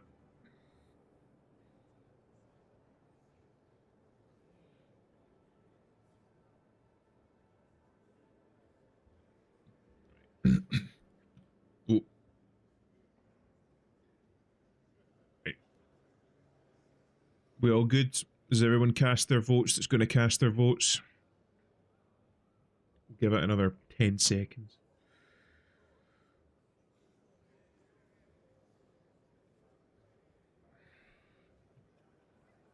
I think I did. Well, we'll have a look see then. It seems like you just click aye or nay and then close it. You just click the close button and underneath it. It still doesn't respond to my click. It doesn't respond much, but we'll see. Yeah. You got through. Fucking Narwhal's gay again. The eyes have it. It's just not. It's not a very like. It's not a very like intuitive system. Like there's no like little pop up saying you voted or it's gone through or something. I guess that's kind of realistic. I'm enjoying it. I'm enjoying this game so far.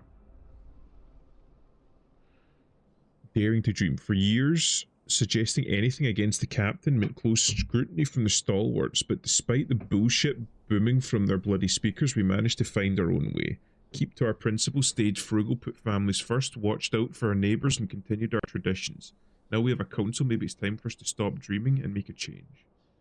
The council inspired people to suggest new ideas about the city in future. I should hope they would. Oh. Pilgrims. Skeptical. So, adaptation. equality and tradition. Okay. 535 Frostlanders have organized in a faction. So these are like a faction within the Frostlanders. These pilgrims form a resilient, spirited community held together by the bonds of tradition. They dislike mandatory school, efficiency bonuses, and unproductive do maintenance. Okay, so they're just basically like the antithesis of kind of like the society I'm trying to build. Their manifest adaptation. The generators are monument to arrogance. We must cast it off, adapt, and become free. The thing that's kept us alive this long, they don't like. Okay. Equality. Individuals should give to the whole all they can and take from it only what they need. Okay. Tradition. We must tread the well-worn paths or risk plunging into the abyss. So if they're on our side, I'm assuming, they unlock deploy guides, community action, experienced pilgrims with deep knowledge of the Frost will guide scout teams, which I'm assuming will increase the rate at which they travel through the Frost. Yes, scout volunteers, so they provide extra Frostland teams. So they like expedition support, supported quarantine, and family apprenticeship. So we've got that. We did that, right? But they don't like mandatory schooling. They like being stupid. Can we do that? Okay.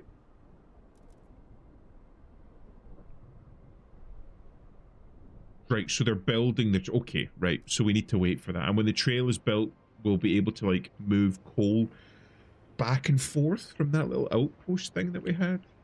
I can turn this back on now. We've got, like, 1,000 people sitting there waiting. Right, okay. Minus 58 and minus 150. Okay, right. Another housing district? Don't have heat stamps for it. I'm thinking...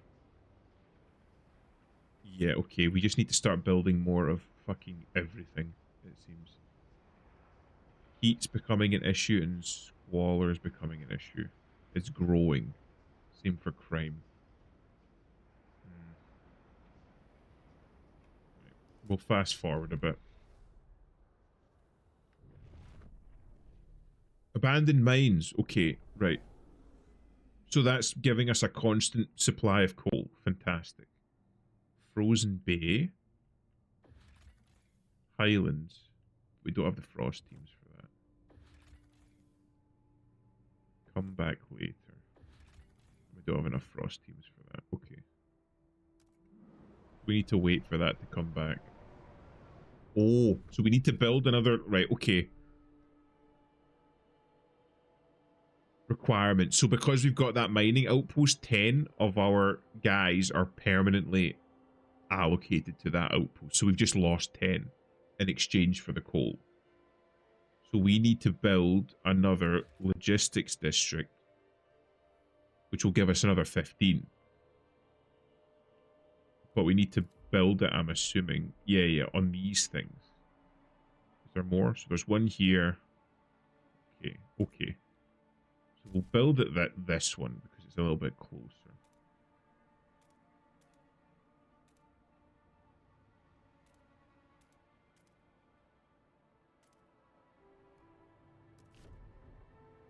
Hopefully that's okay. Because otherwise everything's going to grind to a halt. Because we only have 5 and we can't do fucking anything with 5. So we need food and we need materials. Hold on. Extraction. I can't build here. Not enough tiles. Oh, right, okay. And we need food. We've got food over there. Can I just expand this one? Not enough heat stamps. Heat stamps are becoming a serious fucking issue. Unmet demand for goods. So, because we don't have enough fucking goods. Okay. Moss filtration. So, where's squalor highest? We'll never know. stamps. Stuart, we're struggling with heat stamps. A group of pilgrims have come forward with an idea of how to solve it. Okay, we'll be happy to listen.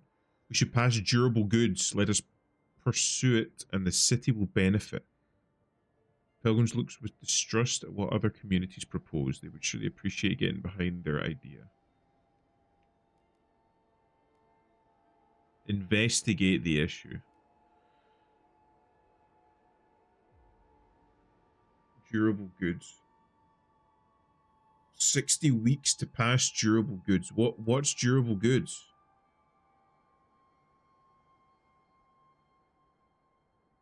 In order to make best use of scarce resources, we will focus on producing sturdy and easily repairable goods.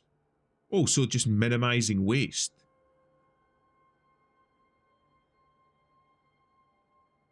Goods demand per capita slightly decreased. That seems like a good one. Okay. Okay, right. No, that sounds like a genuinely good idea. And is the frost breaking finished? Oh, come on. To waste more fucking money. Frost breaking.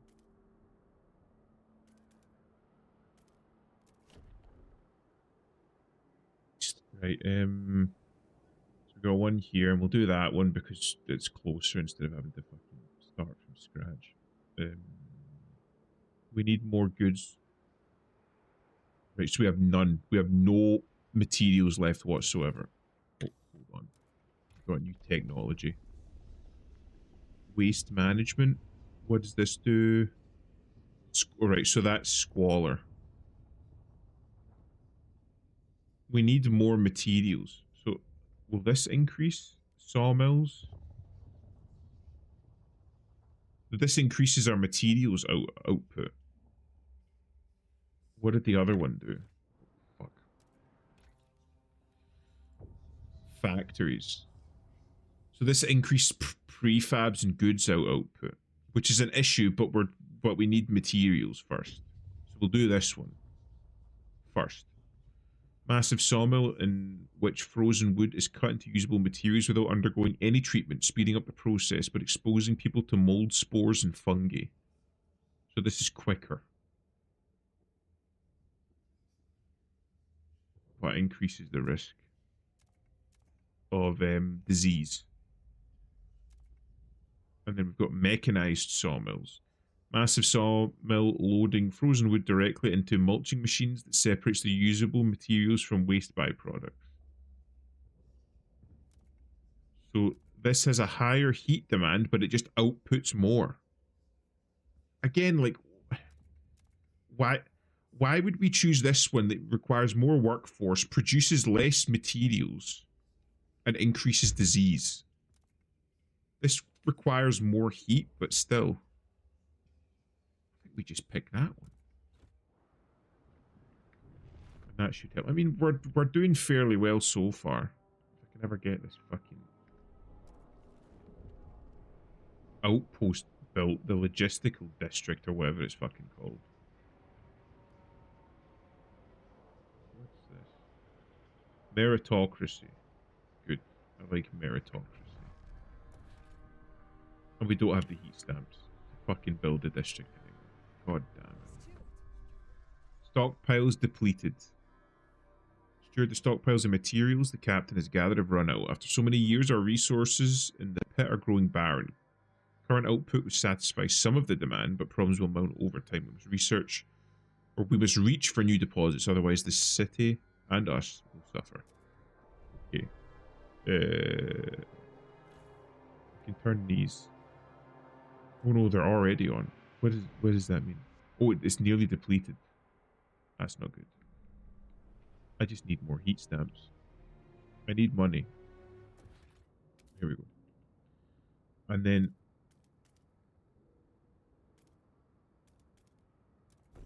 when we do this, we can get more teams and send them out to do more things. Because we need to find more coal as well, because we're going to run out of that as well eventually. That's another waste. That's good. Oh, that in session? 2 days. We still can't build anything because we don't have any heat. Oh, we have enough heat stamps. What are we needing? We're totally out of materials, so materials need to be a priority. Got more materials over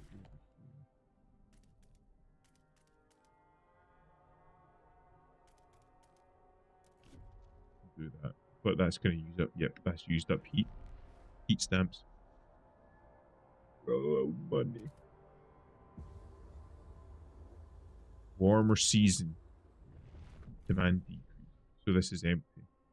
So that was making us prefab. So we can demolish that and get some money back. Then we can use that. Yeah, there we go. Heat stamps. Extraction district. This is what we're at. Can I just like, yeah, I can squeeze one extra tile out. And, right, court is in session. And we need to, so this is durable goods. Oh. In order to overcome scarcity, we will organize our production lines to increase good production. So we need to propose this. Fuck. Mass produced does sound good. But I suppose like producing shit that lasts a long time is also good. Right, well we have to propose this, otherwise the fucking pilgrims will be pissed. Right, and there's like a significant portion of people that are against this. Okay, cast your vote. Bearing in mind we need to do it, otherwise the zealots will be pissed at us. It says you're accepted. I don't know what that means. Overall, oh, so that's the trust. Okay. Marginally decreased by the pilgrims. But we're doing this to make the pilgrims happy. So hopefully that should change. But the vote's on, so I'll leave it a minute. Take a sip from my bottle. Cast your votes. Bearing in mind, we did promise the pilgrims this. Sorry, I'm back. I was looking at nothing.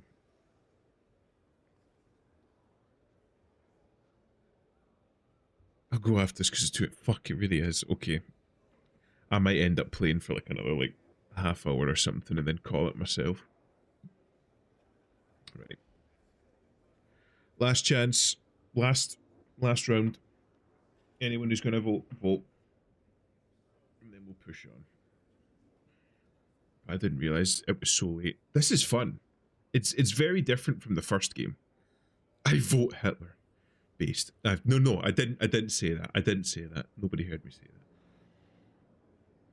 that. But it's very different from the first game. It's much more in depth. There's a guy I watch on YouTube. Fuck, again, I can't remember his name. I'm fucking tired after a long day at work. Okay, sue me. Worth a buy. That was it. That's his YouTube channel. He's a fucking English guy that does reviews and stuff. He's very opinionated. He doesn't quite have the same diction as Total Biscuit. Rest in peace, but yeah. Good night. See you later, man. Hope you sleep well. But one of the things that he was saying that he didn't... How should I put it? He acknowledged that it was a good game, that it was a competent game, but he didn't like it because it wasn't quite as intimate as the first game. Which I kind of understand. The first game, it felt like you were building your city with all of like the people inside it. And you were building it to your exact specifications and placing individual buildings, so you really got to know your city and what it looks like, whereas this was just kind of a bit more. Oh, 200 people died? Yes, so what?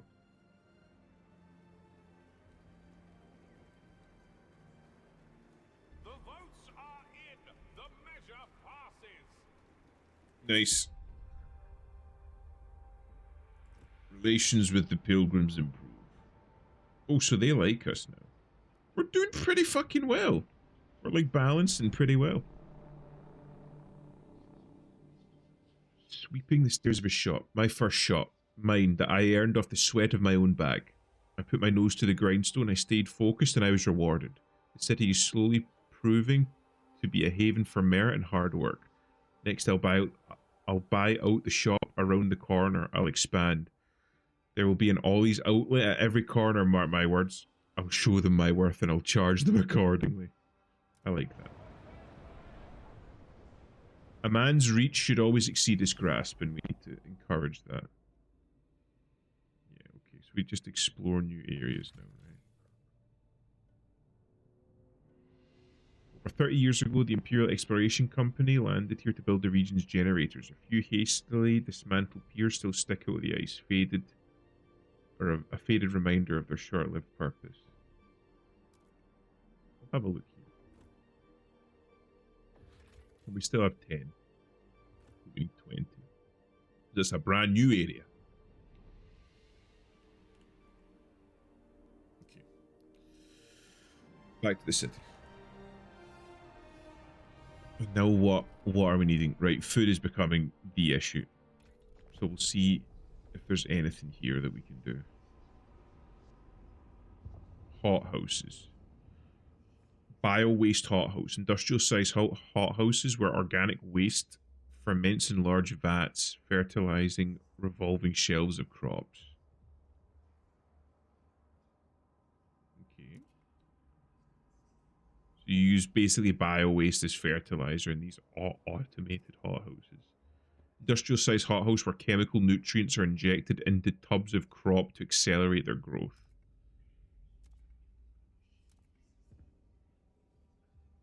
So this just produces more food, but increases disease slightly. Whereas this produces less food, but it requires less manpower and increases squalor. I'm going to be real, the bio-waste just sounds better. I think I'm going for the bio-waste one. Again, we're doing this for the sake of food, and this produces more food. So I'm thinking that one. Oh yeah, moss filtration. Get a nice quiet chill stream and then Merchant comes in. How's it going, Merchant? Oh, that would actually fix our issues. Doing it. How's it going, Merchant? How are you doing?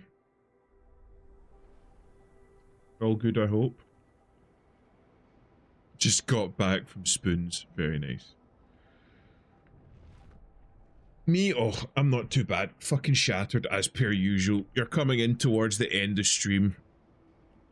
Been at work all day and I'm fucking shattered. I'm literally just running on three tins of Monster Energy. We really do need to build food shit. Food district. Oh, come on. I'm gonna go for maybe like another half hour. Minutes. Say half hour.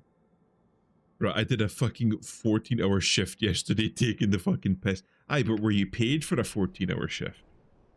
Because I feel like that would help. 14 hours? That's got to be a lot of money. Imagine that helps. Do not succumb.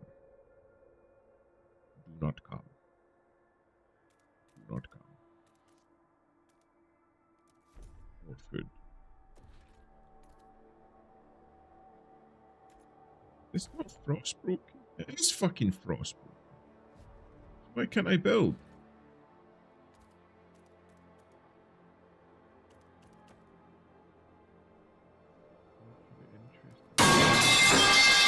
Christ, I shit myself. I was paid, but that's nonetheless, I'm contracted 8. What do you value more, the money or your time? Fucking demolish that. It's all finished. There we go. That should hopefully reduce squalor.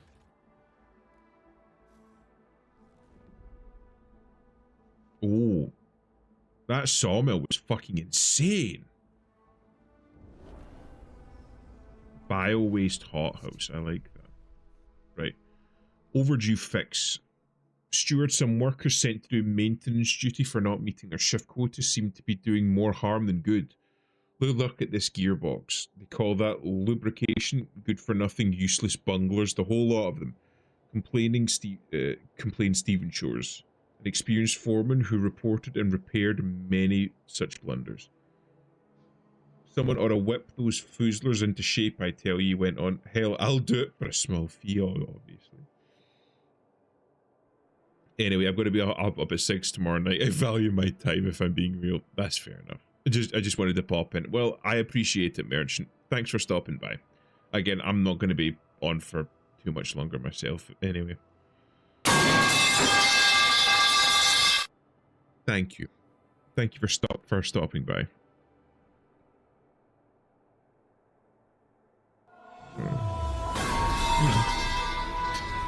I just need more various flavors of fucking pipe drop redeem.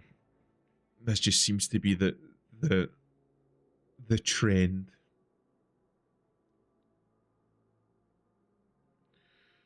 Would it be a stream without a metal pipe from me? I mean, no. It is your favorite. It's like a touchstone, though. I know that you've entered stream when you drop 40 fucking pipes.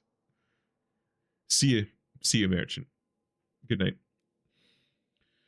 This is what it takes to improve performance. We will provision heat stamps for proper training. Unproductive do maintenance. Decreases heat stamp income, but more effectively increases production efficiency. Right. Oh, fuck it. Trainer for the unproductive. That might be why they're unproductive, because they don't know what the fuck they're doing.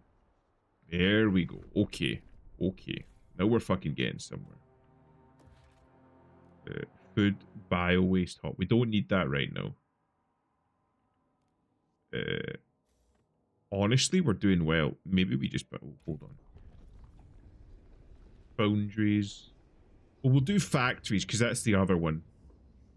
We've got food, we got materials. Now we just need, like, the goods to reduce squalor. Salvaging factory. Large facility using discarded prefabs and goods, no matter how soiled, to manufacture new ones with minimal resources. So this is just basically like a fucking recycling center. Okay, what's the other one? Mechanical factory. Large facility using semi-automated machinery to produce construction prefabs and domestic goods with a streamlined workforce.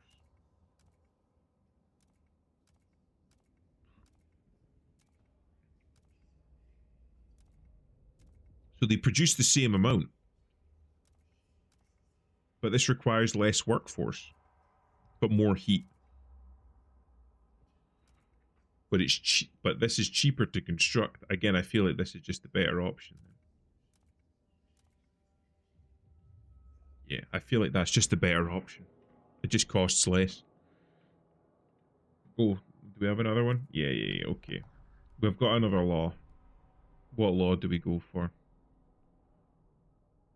Work compensation, community service, unproductive do maintenance, funeral harvesting rule. We've not needed this, and they generally speak. Yeah, they don't like it. Goods, durable goods, paid essentials. We'll do contagion. So yeah, so we've got like the fucking badge. Or I feel like we do supportive quarantine, because the badge just seems the badge seems a little bit too much.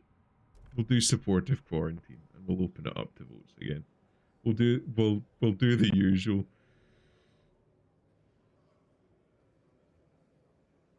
Do I think I'll make it 20, 60? Yeah, so like, if stream is on my side, I shouldn't need to call in any favors. I emphasize if stream is on my side. Otherwise, I'll need to negotiate favors with some of the other groups. But we'll leave it for a minute and let anybody who feels like voting vote. Otherwise, I'll just cast my one bolt and cheat.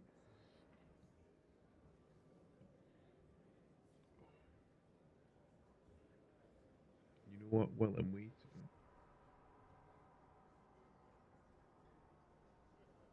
I could have a look and see who's online and get an idea of who I might want to raid soon. Because I'm starting to feel fucking tired. As always, any recommendations? Well, the fucking Narwhal was saying Bale's on, so we'll raid Bale. But we'll consider doing that after the vote.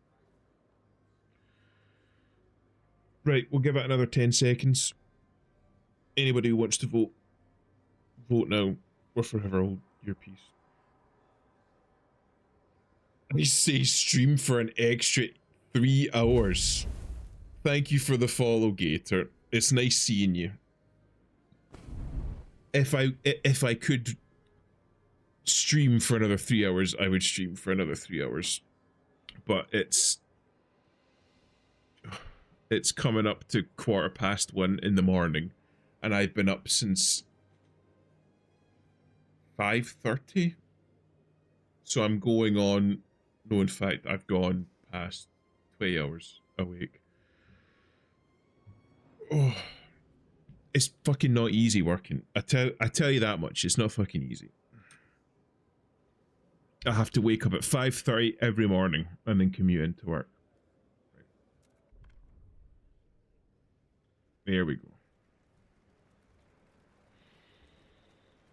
So I'm very tired. I'm quite literally. Oh, that was a lot closer than I thought it would be. The measure passes.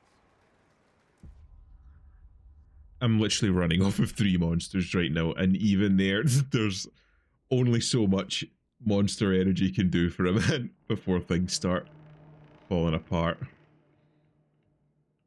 We need more houses. Here, I could build. Or I could stretch it out because there's like a little crevasse here. But it's good to see you, Gator. Thanks for stopping by. I'll do that. I'll do that for now. Ooh, I'm leaning towards adaptation. Population. Okay, another big increase. What's the other one? We're okay for food, actually. We're okay for coal, housing, moss filtration. What reduces squalor? Well, there's not even anywhere that we can build it. Maybe we could build that there, I suppose. Is it worth building? Squalor. Greatly increased by blasting the mechanized sawmill. Squalor is node, right? Okay, we'll fucking build it. Building for the future. What is that little creature? Is it just like a dancing cat? That's very cute. Oh. Does that help? There we go. We've got the moss filtration power. Oiling a machine, humming to himself. I put the pipette in, I take the pipette out, in, out, and spray it all about. My pa always gave me the belt, never taught me a single damn thing. I check the bolt on the left, I check the nut on the right, left, right, screw it all tight. They all told me I was good for nothing, but I'm good at this, I'm useful.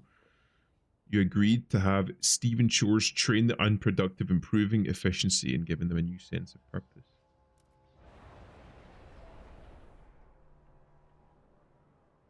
That's nice. It's nice having those wee things letting you know, like, yeah, well done, you weren't a complete fucking dickhead about something and people actually appreciate it.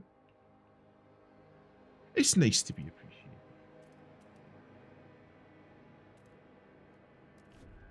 And there's a little crevasse there which we can use to build housing. And there's another one here, I think. Yeah. We'll build some housing here as well.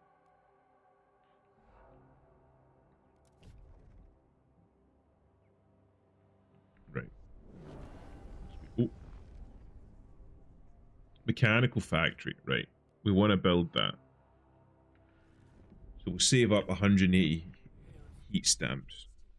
Unused quarters. Steward with disease currently under control. More and more citizens question why we're keeping some housing empty for potential quarantine. Makes no bloody sense, complained an anonymous clerk. We keep maintaining these places just in case, when they can make some folks happy right now.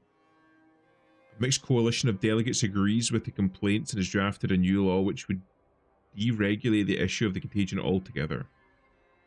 Okay. So I've kept people healthy, so now they're like, maybe we should remove it? Okay.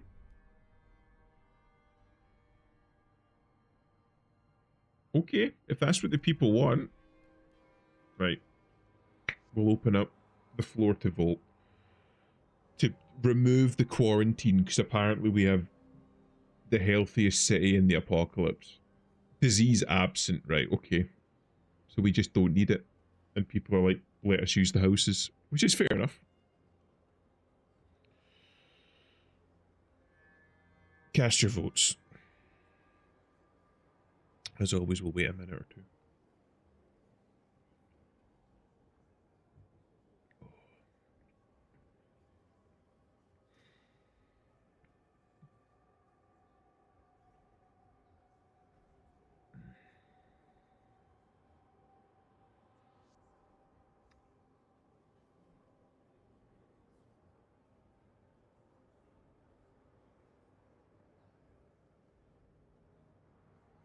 Right. There's 3. We'll wait a little bit longer to see if anyone else wants to get involved. How have you been though, Gator? How rude of me not to ask sooner. Busy today? Not busy? Do anything interesting? We'll call it there.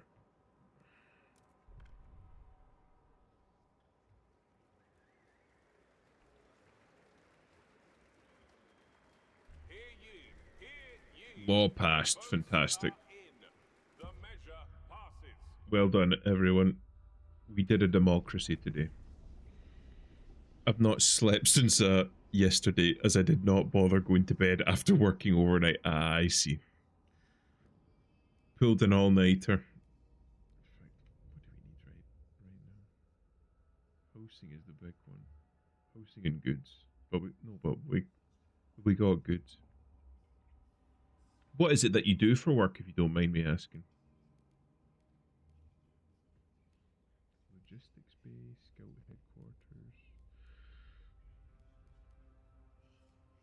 I don't know. Maybe we do start building watchtowers. Work compensation. Housing block. Yeah, and this is like subsidized housing block. Dense housing block. So, residential tower providing functional shelter with basic amenities to workers and their families supported by the city. Residential tower providing compact shelter with low sanitation to the mass, keeping them off the streets and out of sight. Okay, so this is just the nasty one. Armed and unarmed security. Ah, that seems like an interesting job. Is it like day security or night security? Because I feel like that can go one of two ways. Because I know some people personally where they do like nighttime security at various venues and various like shops and office buildings and stuff, and they do night security, and it's just like you just sit, and it can be very boring unless you're like bringing a book with you or something. Overnight alone. Ah, I see.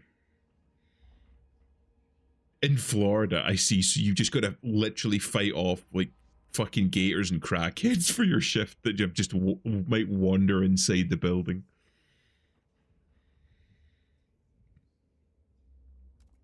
Do you find it to be a terribly thrilling job, or is it a very boring job? I know that I've heard some people where they'll do like, they'll take their hobby into work with them to work on. So that's subsidized, dense, and these are just normal.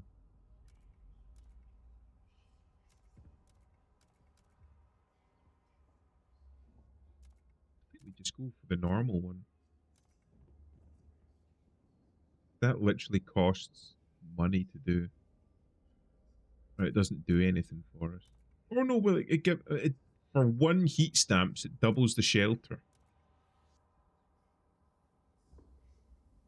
Honestly, that seems like a good idea. And this one like increases disease, which I feel no. Will be good people. I've had a homeless man try to intimidate me by pissing in my general direction. For fuck's sake, it did not work. And this was last week. Well, I mean, that's a story to tell at least. Fucking hell. Try to piss at you as a means of intimidation. That's a fucking new one. He'll piss his pants if I piss my pants. It's the law of equivalent exchange. That's a new one. I'll fucking give it to you. Right. I want this. There we go. We build that there and that'll increase immunities. And then from there we can build a housing district which only needs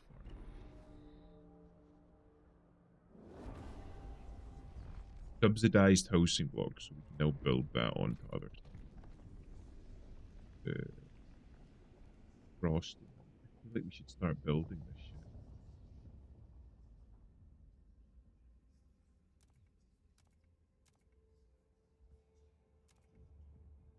If he had pissed himself, then it would have worked. Instantly hands in a guy who pissed himself.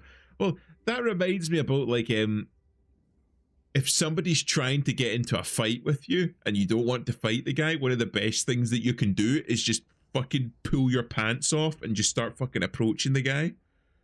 Because nobody wants to fight a guy that's like fucking pants off. Take off your pants, yeah. Because nobody wants to fight that. Like, nah, okay, I'll fucking leave it.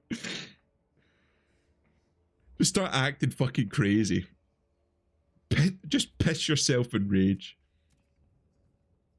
Logistics-based storing and handling only essential survival gear and providing training on how to use it efficiently. Logistics bay where machines manufacture expedition equipment on demand to minimize personnel and storage needed. Restricted logistics district. I feel like if we're going to do the Frostlander shit, then we need to choose the Frostlander one. Unfair competition. You should have countered his piss with projectile bomb. He's like, yes, 2 complete at that game, proceeds to shit himself. I shouldn't give people ideas. There's somebody out there that's fucking done that. Steward. From some Frostbreaking crew members have complained about their colleagues. He works with prosthetics after the frost claimed both his hands, and yet they say he unfairly outperforms them, claiming every efficiency bonus for himself. The lunatic made his hands just for the job. You can do nothing else with them. Unless you want us to chop our hands off and do the same, we cannot compete, said one of the frustrated crew members. Unfair, I'll tell you what's unfair. My hands were chopped off, for God's sake. I have pickaxes for hands, you goon. What should we do?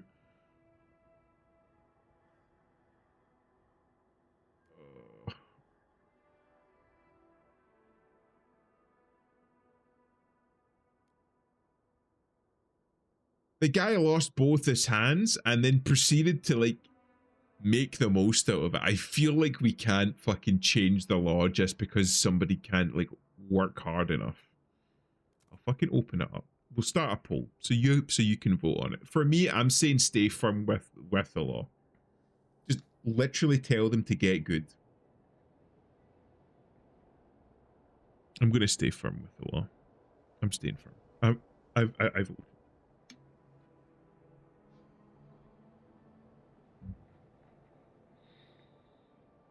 If a guy with no hands is outperforming you at your job, I feel like that's a fuck up on your part, not the other way around. You know what I mean?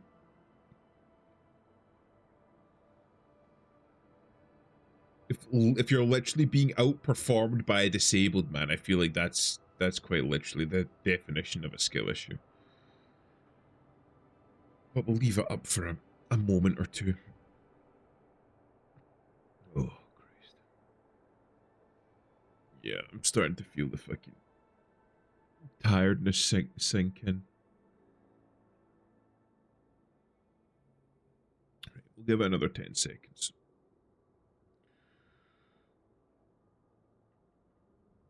His hands do look fucking dope. Guy's literally got fucking pickaxes for hands. Right, we'll fucking call it. Stay firm. Fuck off. Work harder.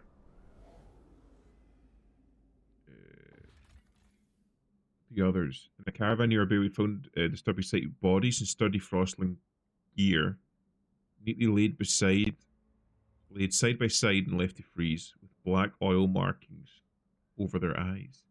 A ghastly burial ritual. A map we found suggests they were heading to an old machine somewhere on the desolate coast. The machine would require a source of fuel we should investigate. So we are looking for oil. We do have Frostlanders. Take the Frostlanders in. The Frostlanders has departed. We can use the village to provide fish for New London. An outpost would increase. Okay. So, do we have to link it back? Or is it just working? It doesn't say that it needs to be linked back. It's got the little gear. Yeah, so it just sent. Okay, so it's just sending food to New London then. Okay. Fair enough. And we don't have enough Frostlanders to investigate anywhere near the desolate coast. So we can launch here. Okay. And that's all of our Frostlanders. Okay, okay, okay. And we've got another vote. What are we going to vote on?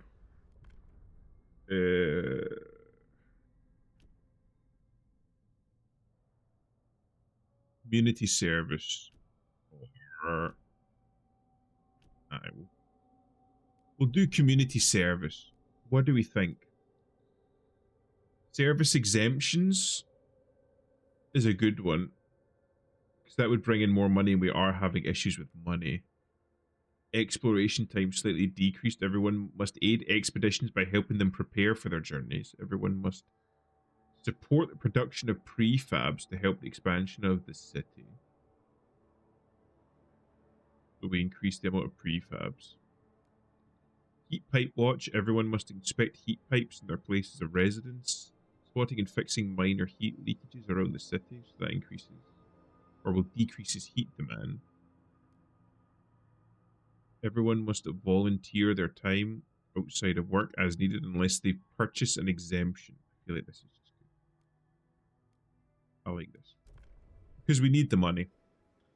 So again, we'll open it up and people can vote if they choose. You're basically like fucking paying for, what is it, the Catholic Church called it? An indulgence. Pay the priestly class and get into heaven for free. It's a good deal. So we'll leave it for a minute.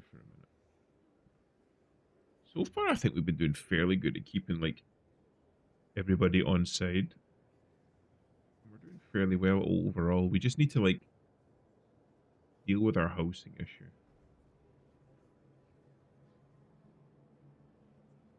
Nah, the people need their weekends. Well, I mean, you could pay for your weekend. You just have to give me a little bit, you know, just a little bit extra. Right. We'll wait another 10 seconds.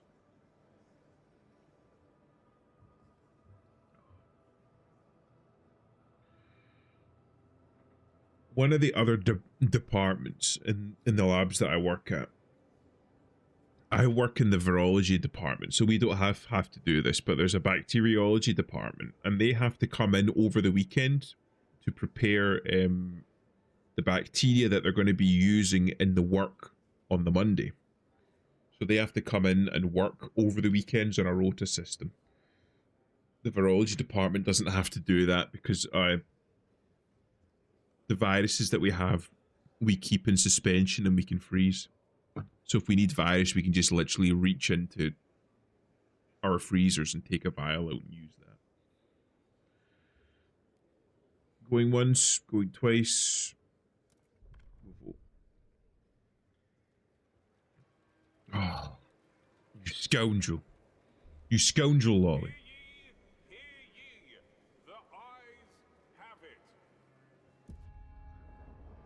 Here we go. People can now buy indulgences. Subsidized housing block.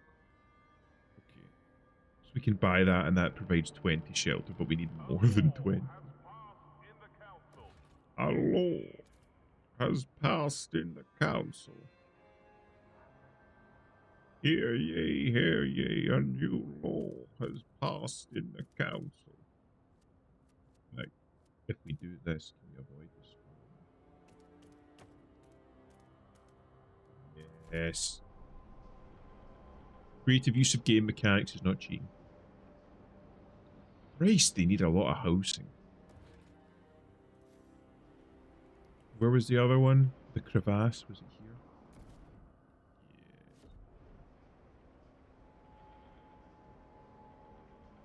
Yes. They can rest when they're dead. Fucking real.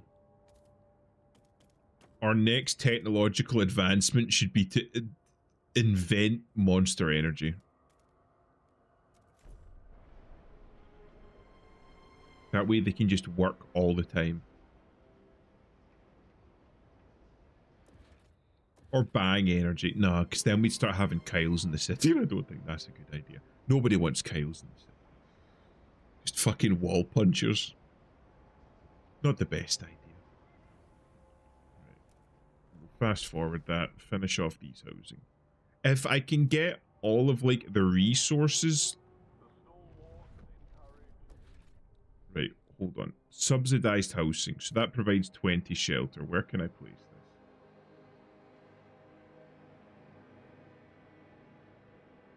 So here. So I can place it here.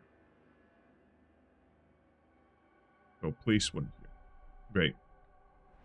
If I can get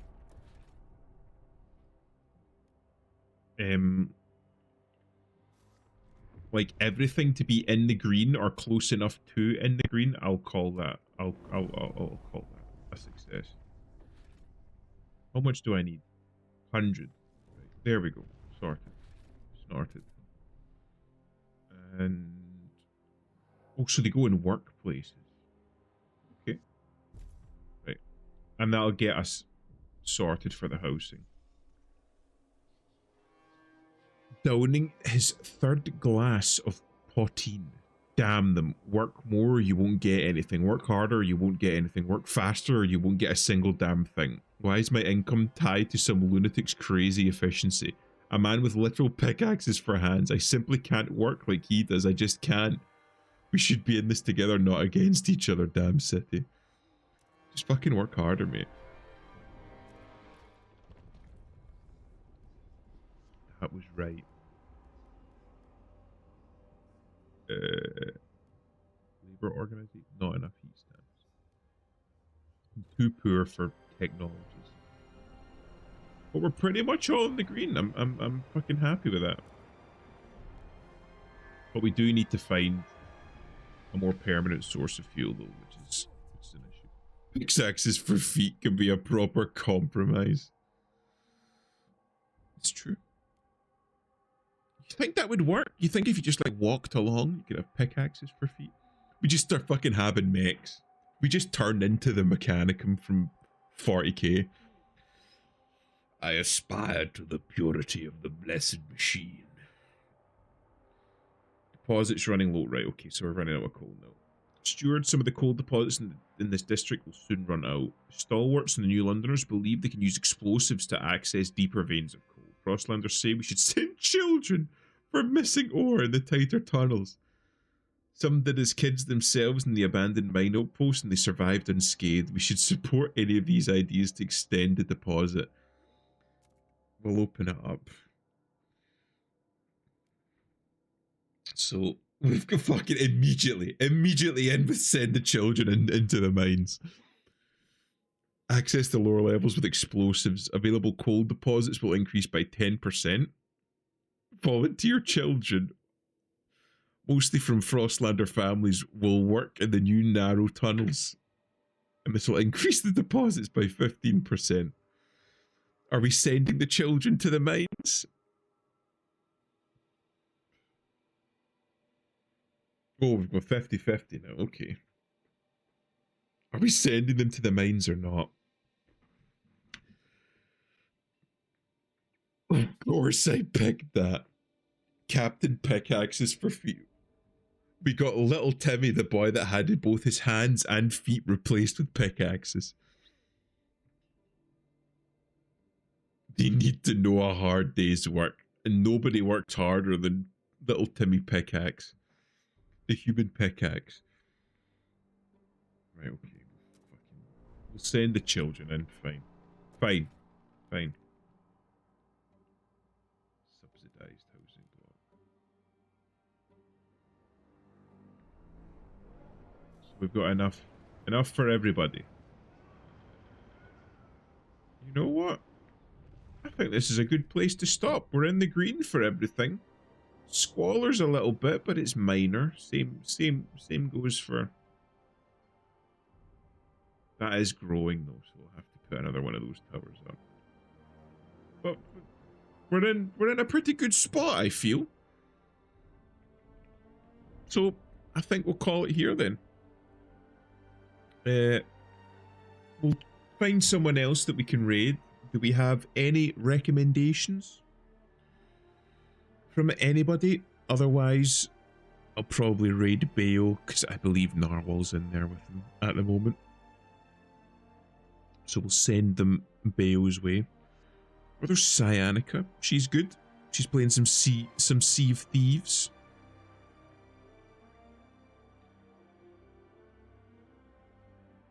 Unless, of course, you're planning on streaming Gator and are looking for a little pick-me-up at the start of your stream.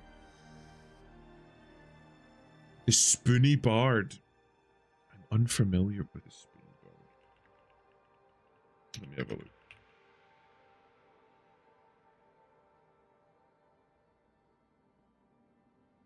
You met one quarter awake. No, sir. Think of how unhinged it could be.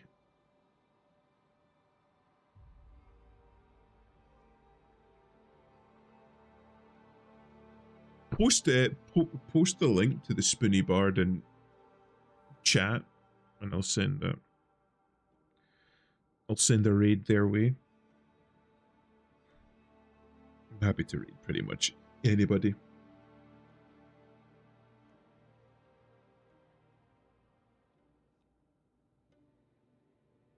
Oh, Cyan is the Spoony Bard. Oh, is that what she's doing? Right. We'll send it to Cyan then.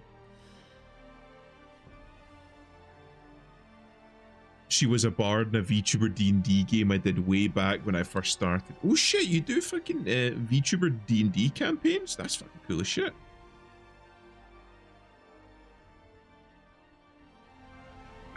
I have an odd relationship with D&D myself. I've only been part of 2 D&D groups that didn't last more than like 2 or 3 sessions. One of which I DM'd, and that was my first ever time DMing D&D. And the second one, when we had a veteran DM, but she input 2 characters, which were, one was her furry OC, which was a werewolf, and the other one was like an old warrior, and they were in a gay relationship. And that very quickly kind of derailed the D&D campaign, as you might imagine. My longest was my first DM game. It lasted 3 years from level 1 to 17, so you were killing God by the end of it. I see. But yeah. I want to get into fucking D&D, but I've had bad experiences and it's difficult to find a group these days. Right, we'll raid Cyanica. It's been a while since we've raided her. There we go. We'll raid. You can see a bit of Sea of Thieves. As the DM, I counterspelled a wish and casted a wish to make a player believe he was a rotisserie chicken, for fuck's sake. How are you supposed to fucking RP that? How are you supposed to do that in character? Yeah, Just starts rotating on the spot.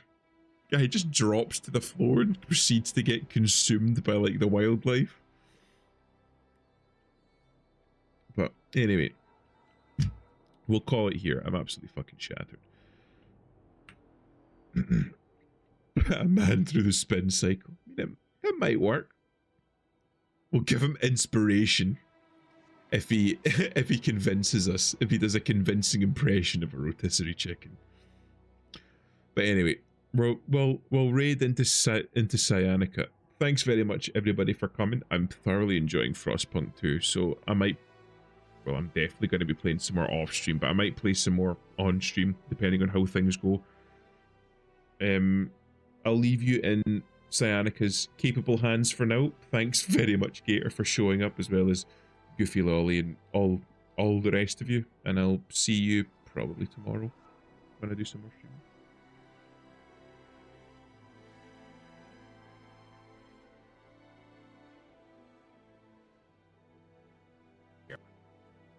How about we don't hit the rock? How about we go to the left?